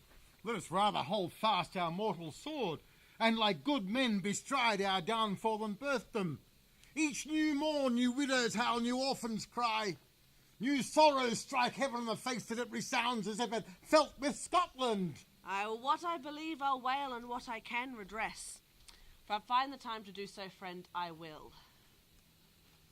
Now what you say may be so perchance. This tyrant whose sole name blisters our tongue was one thought honest. And you have loved him well, and he hath not touched you yet. You may deserve something of him through me and offer up this weak, poor, innocent lamb to appease an angry god. I am not treacherous. But Macbeth is. A good and virtuous nature may recoil in an imperial charge. But I crave your pardon. That which you are, my thoughts cannot transpose. Angels are bright, though the brightest fell, and all things foul wear the brows of grace, yet grace must still look so. I've lost my hope. Perchance there I did find my doubts. Why in the rawness left you your wife and child, those most precious motives, those strong knots of love without leave-taking? I pray you, let not my jealousies be your dishonours, but mine own safeties. You may be rightly just whatever I shall think. Oh, bleed, bleed, poor country, great tyranny, lay thou thy bases sure, for goodness dare not check thee, I wouldst not be the villain thou thinkest. Be not offended. I speak not in absolute fear of you. I think our country sinks beneath the yoke, it weeps, it bleeds, and each new day is a gash added to her wounds. And from gracious England I have offer of goodly thousands. But for all this, when I tread upon the tyrant's head or wear it on my sword, my poor country will have more vices than it had before, suffer more than ever by him who shall succeed. What should he be? It is myself, I mean, to whom I know all of the particulars of vices so grafted that when they be opened, black Macbeth would seem as pure as snow. Not in the legions of horrid hell can there come a devil more damned in evil to top Macbeth. I grant him bloody, avaricious, deceitful, malicious, smacking of every sin that has a name, but there is no bottom, none in my voluptuousness. Your wives, your daughters, your matrons, and your maids could not fill the cistern of my lust. Boundless intemperance in nature is a tyranny. It has seen the untimely emptying of the happy throne and the fall of many kings. Yet be not afraid to take upon you that which is yours. We have willing dames enough. There cannot be in you that vulture to devour so many as would to greatness be willing to dedicate themselves. With this there grows in my most ill-composed affection a most staunchless avarice, that were I king I would cut the nobles for their lands and use that more having as a source to make me hunger more. This avarice sticks deeper, grows with more pernicious root than summer seeming lust, and it has been the sword of our slain kings. Yet, do not fear, Scotland hath resources enough to fill up thy will. All these things are portable, with other graces weighed. But I have none. The king becoming graces such as justice, verity, bounty, perseverance, courage, fortitude, I have no relish of them. Oh, Scotland, Scotland. If one be fit to govern, speak. I am as I have spoken. Fit to govern? Oh, nation miserable with an untitled tyrant bloody sceptred, when wilt thou see thy wholesome days again, since the truest issue of thy throne does by his own interdiction stand accursed and does blaspheme his breed? Thy royal father was a most sainted king, the queen that bore thee more often upon her knees than her feet. Oh, these evils that thou repeatest upon thyself have banished me from Scotland.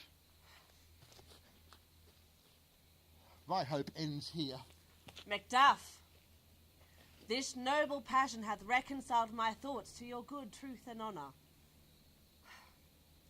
Devilish Macbeth has sought to win me into his power, and modest wisdom plucks me from over-credulous haste. But God above deal between thee and me, for even now I turn myself to your direction and unspeak mine own detraction.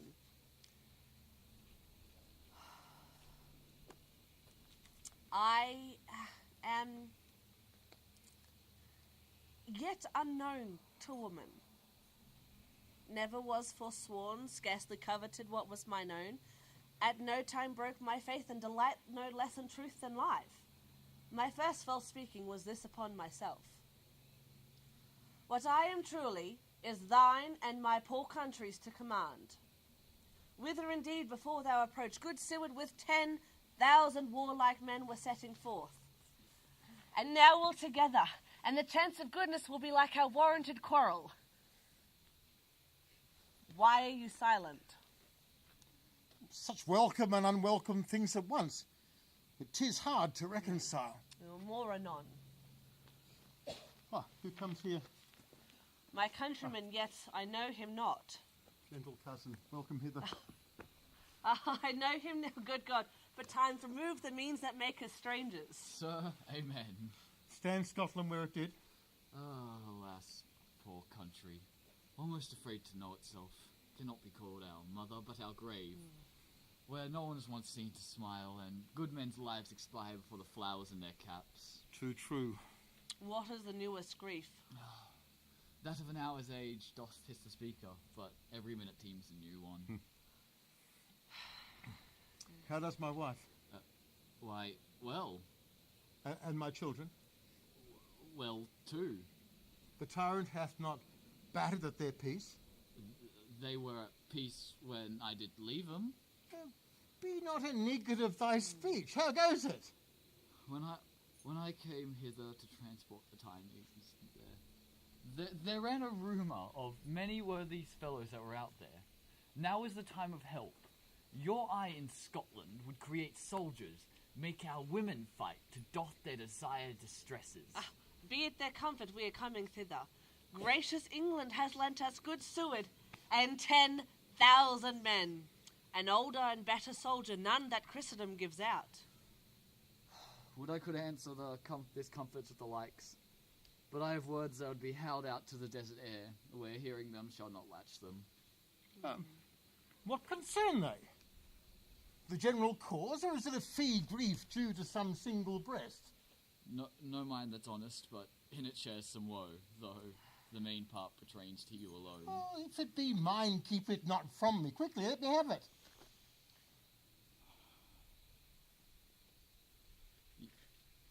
Your castle surprised, your wife and babe savagely slaughtered to add to the death of you. Merciful heaven, what man ne'er pour your hat upon your brows? Give sorrow words. The grief that does not speak whispers the earth-wrought heart and bids it break. My children killed? Wives, children, servants, all that could be found. And I must be from thence. My wife killed too. I have said. Be comforted. Let us make medicines of this great revenge to cure this deadly grief. He has no children. Did you say all? Oh, my pretty one. Oh, hell, God, all my pretty chickens in their dam at one fell swoop.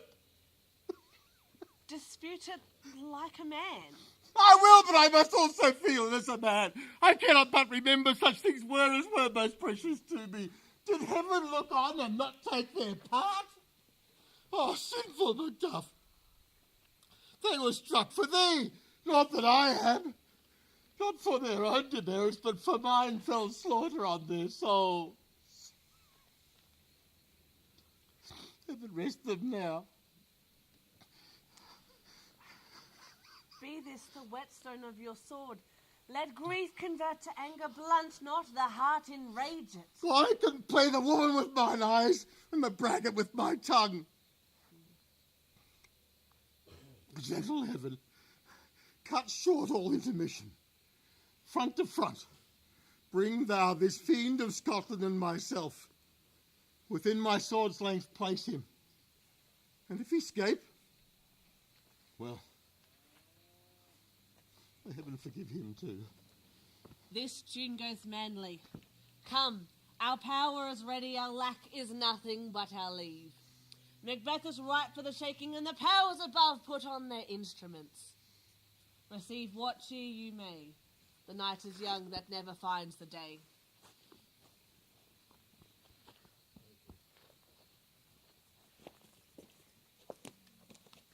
have two knights watch with you, but can perceive no truth in your report. When was it she last walked? Since His Majesty went into the field, I have seen her rise from her bed, throw her nightgown upon her, unlock her closet, take forth paper, fold it, write upon it, read it, afterwards seal it, and again return to bed, yet all this while in a most fast sleep. A great perturbation in nature, to receive at once the benefit of sleep and do the effects of watching. In this slumbering agitation, besides her walking and other actual performances, what at any time have you heard her say? That, sir, which I will not report after her. You may to me, and 'tis most meet you should. Neither to you nor anyone, having no witness to confirm my speech. Lo you, here she comes. This is her very guise, and upon my life fast asleep. Observe her, stand close. How came she by that lamp? Why, it stood by her. She has light by her continually, 'tis her command. You see, her eyes are open. Aye, but their sense is shut. What is it she does now? Look how she rubs her hands. It is an accustomed action with her to appear thus washing her hands. I have known her continue in this manner a quarter of an hour. Yet, here's a spot. Hark, she speaks. I will set down what comes from her to satisfy my remembrance the more. Out, damn spot! Out, I say! 1, 2... Why then, 'tis time to do it. Hell is murky. Fie, my lord, fie! A soldier interfered? What need we fear? Who knows it? When none can call our power to count. Yet who would have thought the old man to have so much blood in him? Do you mark that? Thane of Fife had a wife. Where is she now? No more that, my lord! No more that, you mar with all this starting! Go to. You have known what you should not. She has spoke what she should not. I am sure of it. Heaven knows that she has known. Here's the smell of blood still. What with his hands now be clean? Oh, the perfumes of Arabia will not sweeten this little hand. What a sigh is there.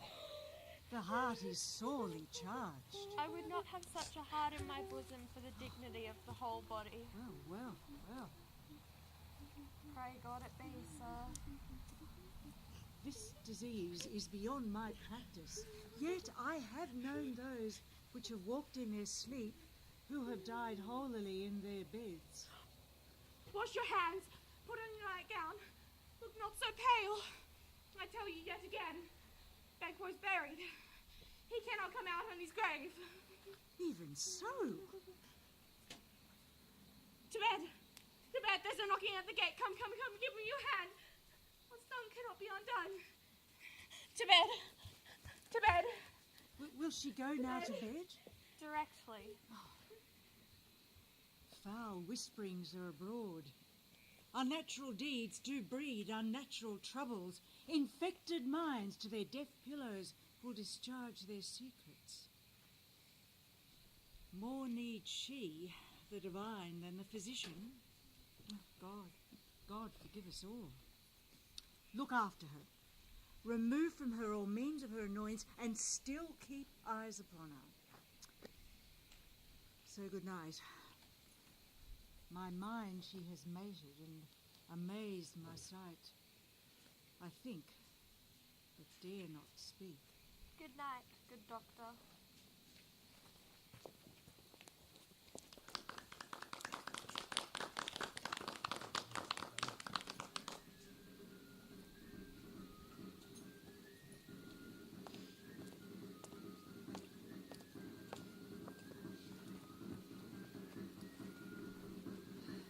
Men, the English power is near, that owned by Malcolm, his uncle Seward, and the good Macduff.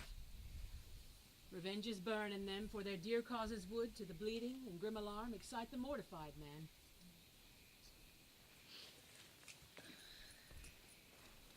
Near Burnham Wood shall we well meet them. That way they are coming. Who know if Donalbain be with his brother? I'm certain, sir, he's not. I have a file of all the gentry. There is Seward's son, and many unrough youths who even now protest their first of manhood. And what does the tyrant? Great Dunsinane, he strongly fortifies. Some say he is mad, while others that lesser hate him do call it valiant fury. But for certain he cannot buckle his distempered cause within the belt of rule. Now does he feel his secret murders sticking on his hands. Now minutely revolts, unbraided faith breach. Those he commands move only in command, nothing in love. Now does he feel his title hang loose about him, like a giant's robe on a dwarfish thief. Who then can blame his pestered senses to recoil and start, when all that is within him does condemn itself for being there? Well, march we on, to give obedience where it is truly owed.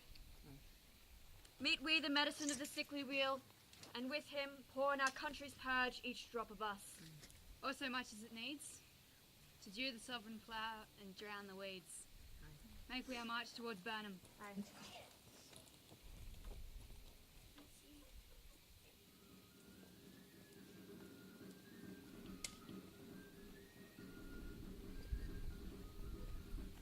Bring me no more reports. Let them fly all. Till Burnham Wood remove to Dunsinane, I cannot taint with fear. What's the boy Malcolm? Was he not born of woman? The spirits that know all mortal consequences pronounced me thus: Fear not, Macbeth, for no man that is born of woman shall e'er have power upon thee. The mind I sway by and the heart I bear shall never sag with doubt nor shake with fear.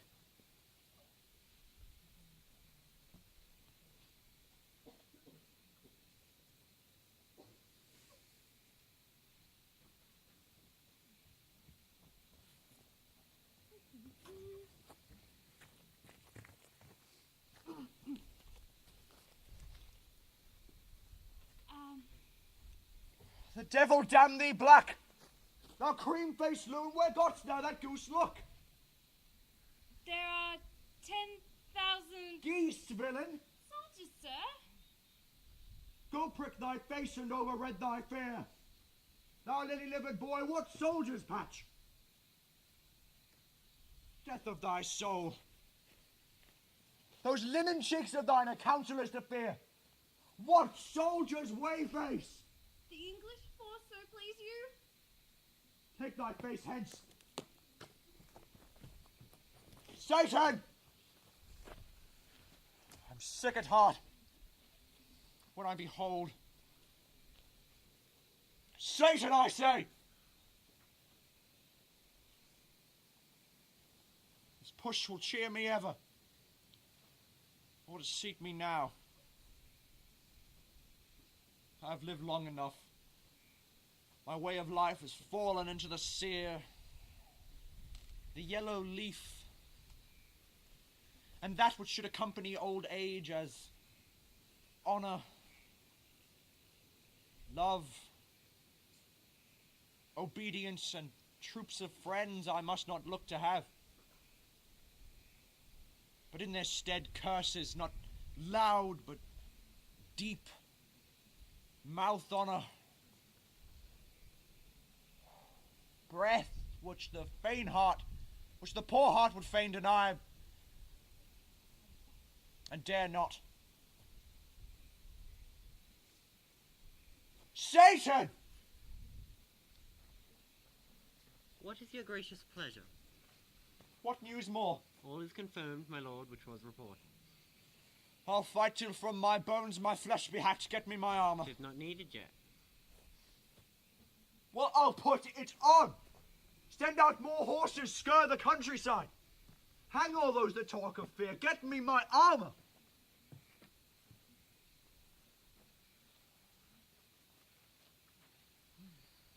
How goes your patient, doctor? Oh, not so sick, my lord, as she is troubled with thick-coming fancies that keep her from her rest. Cure her of that. Canst thou not minister to a mind diseased? Pluck from the memory a rooted sorrow, raise out the written troubles of the brain, and with some sweet, oblivious antidote cleanse that which weighs upon the heart. Therein the patient must minister to himself. Throw physic to the dogs, I'll none of it. Come, put my armor on, get me my staff. Satan, send out.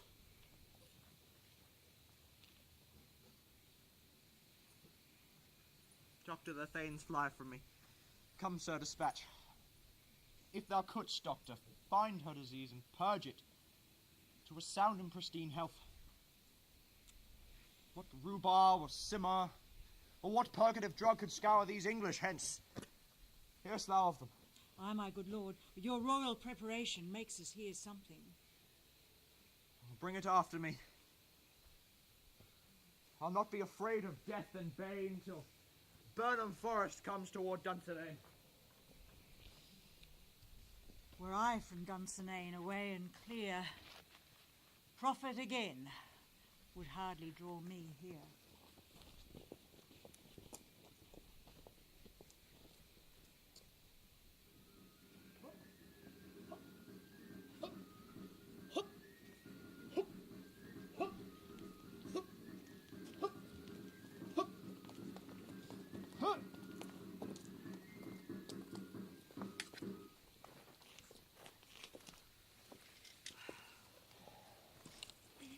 Cousins, I hope the days are near at hand that our chambers will be safe.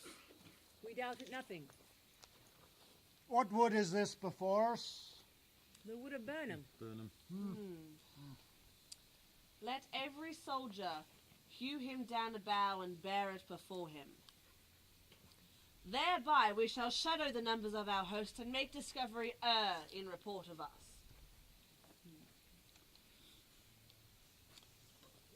We learn no other that the confident tyrant keeps still in Dunsinane and will endure our setting down before it. Aye, 'tis his main hope. But where there is advantage to be given, both more and less have given him the revolt. And none serve with him but those constrained things whose hearts are absent too. Then let our just censures attend the true event, and put we on industrious soldiership.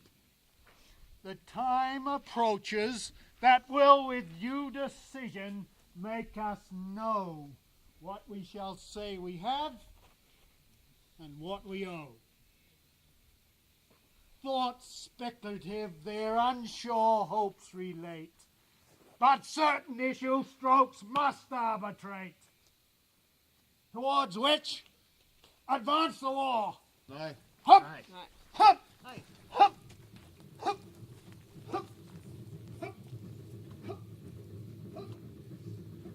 Hang out our banners on the outward walls. The cry is still they come. Our castle's strength will laugh a siege to scorn. Here let them lie till famine and the achy eat them up. Were they not forced with those that should be ours, we might have met them dareful. Beard to beard, beat them backward home.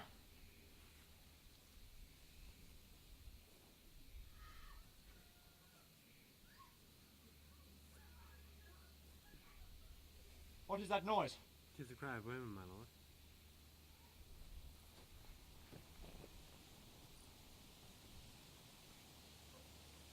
I've almost forgot the taste of fears. Time has been my senses would have cooled to hear a night shriek. And my fell of hair would at a dismal treatise rouse and stir as life were in't.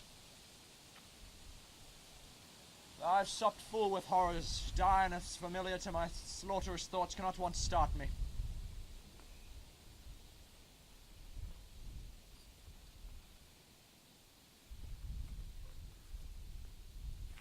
Wherefore was that cry?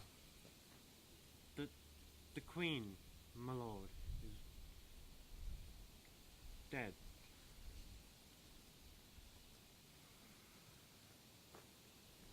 She should have died hereafter. There would have been a time for such a word. tomorrow. And tomorrow. And tomorrow creeps in this petty pace. From day to day to the last syllable of recorded time. And all our yesterdays of lighted fools the way to dusty death.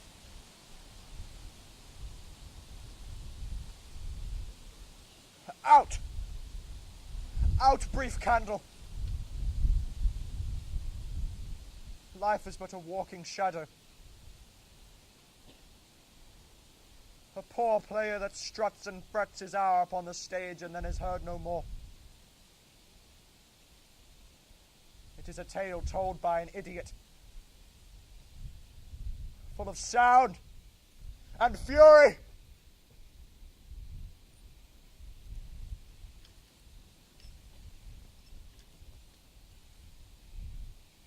Signifying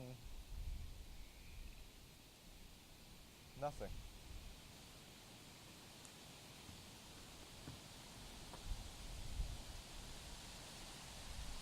Thou comest to use thy tongue, thy story quickly. Gracious my lord, I should report which I say I saw, but know not how to do it. Will say, sir. As I did stand my watch upon the hill, I looked toward Burnham, and methought the wood began to move.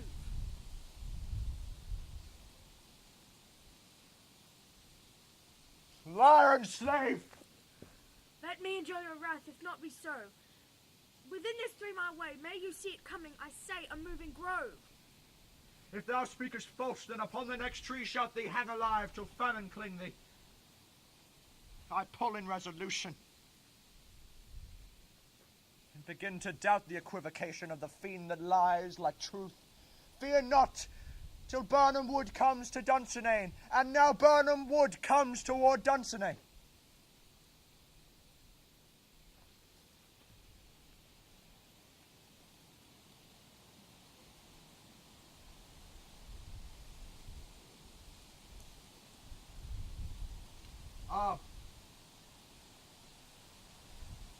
Arm and out.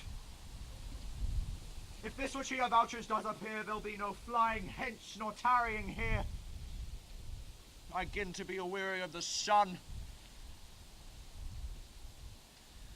and wish the estate of the world were now undone. Ring the alarm bell. Blow wind, come rack, at least we'll die with harness on our back.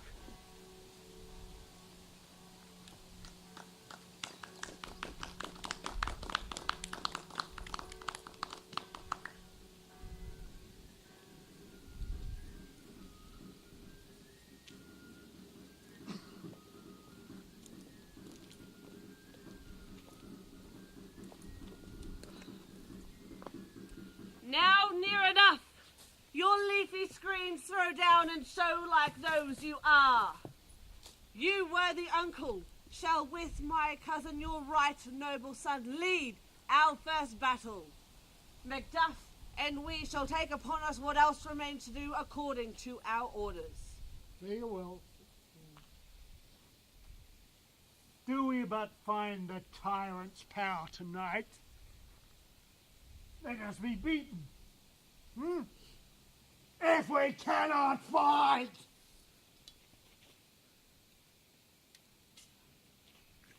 let all our trumpets speak. Give them breath, these great harbingers of blood and death.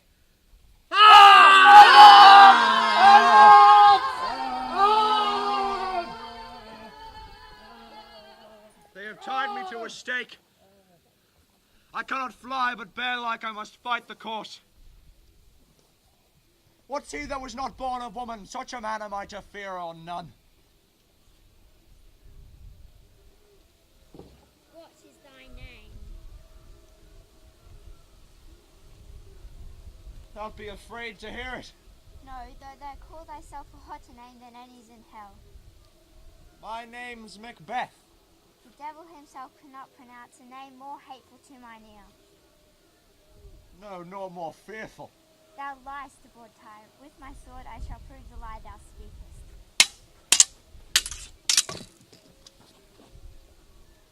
Thou wast born of woman. But swords I smile at. Weapons laughter scorn, brandished by man that's of woman born.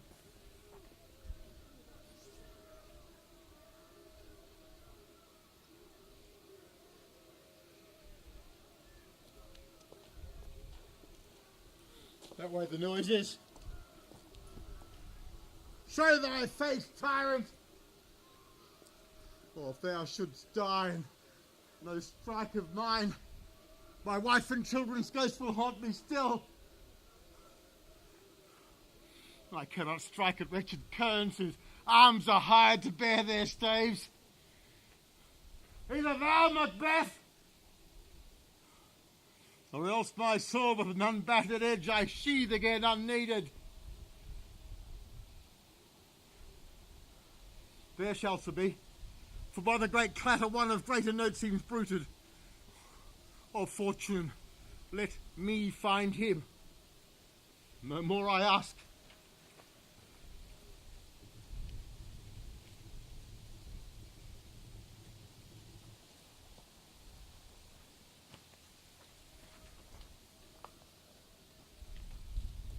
This way, my lord. The castle's gently rendered. The tyrant's people on both sides do fight. Cowards. The noble thanes do bravely in the war. The day almost itself professes yours, and little is to do. Aye, we have fought with foes that strike beside us. Enter, sir! The castle!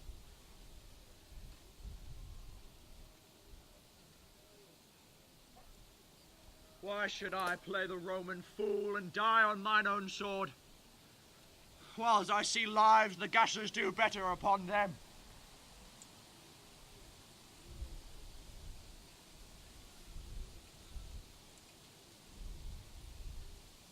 Turn, hellhound! Turn! Of all men I have avoided thee. Get thee back, my soul is too much charged with blood of thine already. I have no words, my voice is in my sword. Thou bloodier villain than terms can give thee. Thou losest labour. As easy mayst thou the air with thy keen sword impresses make me bleed. I bear a charmed life, which must not yield to one of woman born. Then despair thy charms, and let the angel thou still serve tell thee, Macduff was from his mother's womb untimely ripped. Accursed be the tongue that tells me so, for it hath cowed my better part of man. And be these juggling fiends no more believed, that palter with us in a double sense, that hold the word of promise to our ear and break it to our hope. I'll not fight with thee. Then yield, coward, and live to be the show and gaze of our time. I'll have thee as our rarer monsters are, painted on a pole and underwrit. Here you may see the tyrant. I will not yield. To kiss the ground before young Malcolm's feet, and to be baited by the rabble's curse, lay on, Macduff, and damned be him that first cries, hold enough.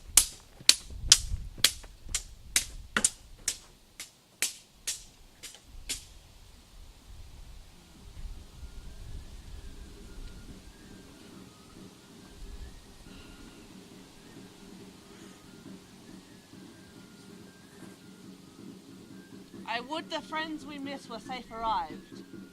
Some must go off, but by these I see so great a day as this is cheaply bought.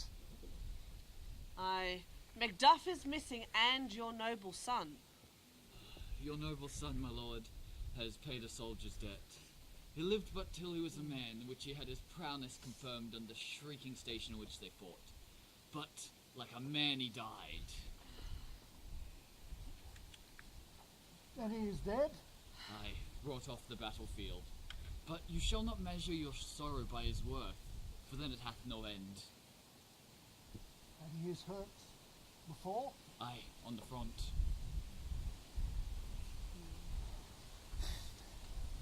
Why then, God's soldier be he. Had I as many sons as I have hairs, I would not wish them to a fairer death. And so, his Nell is old. Aye, he is worth more sorrow, and that I will spend for him. He's worth no more. They say he parted well and paid his score. And so, God be with him. Here comes newer comfort. Hail, King! For so thou art.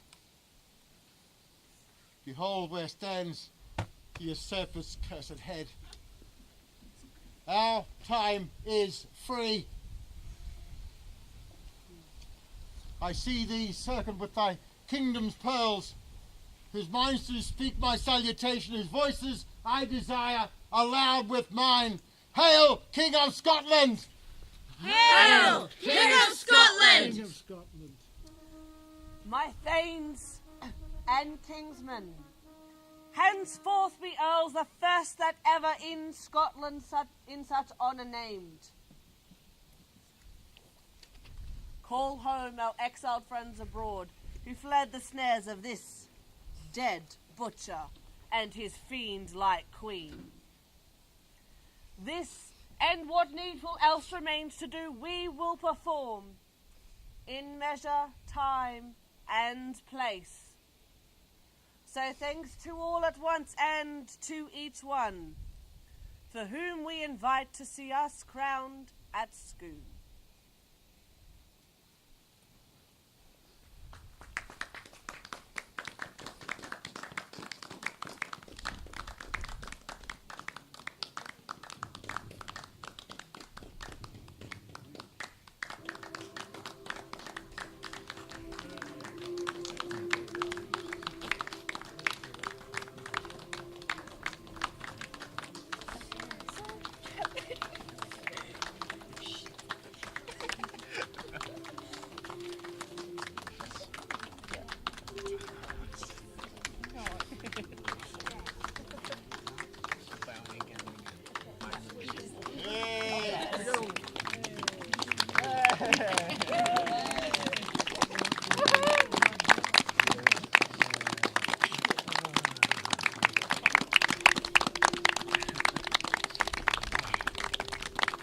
Thank you very much, folks. You've been very brave. How about that? I'm just so proud of these guys, not just for doing it on a cold night like this, but for stepping up to the mark each and every day that we've been doing this. They're all wonderful. They really are. Hope you enjoyed it. If you've enjoyed it half as much as we have, we've enjoyed it twice as much as you.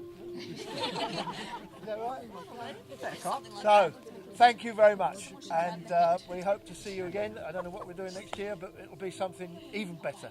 And thank you to Trent and the crew for filming us tonight. And at this stage, also, there's only a few of us, but I'd like to remind everybody that we're dedicating this production to the memory of Veronica Hammond, who started the whole Shakespeare Under the Stars thing 13 years ago. So I hope she's approving. Thank you very much, and thank you.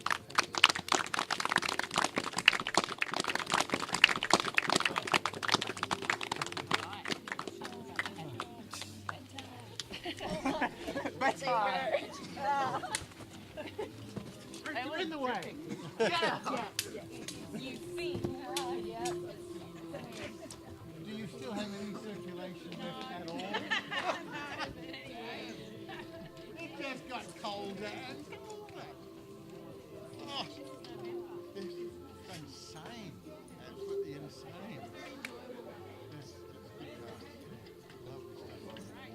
Yes.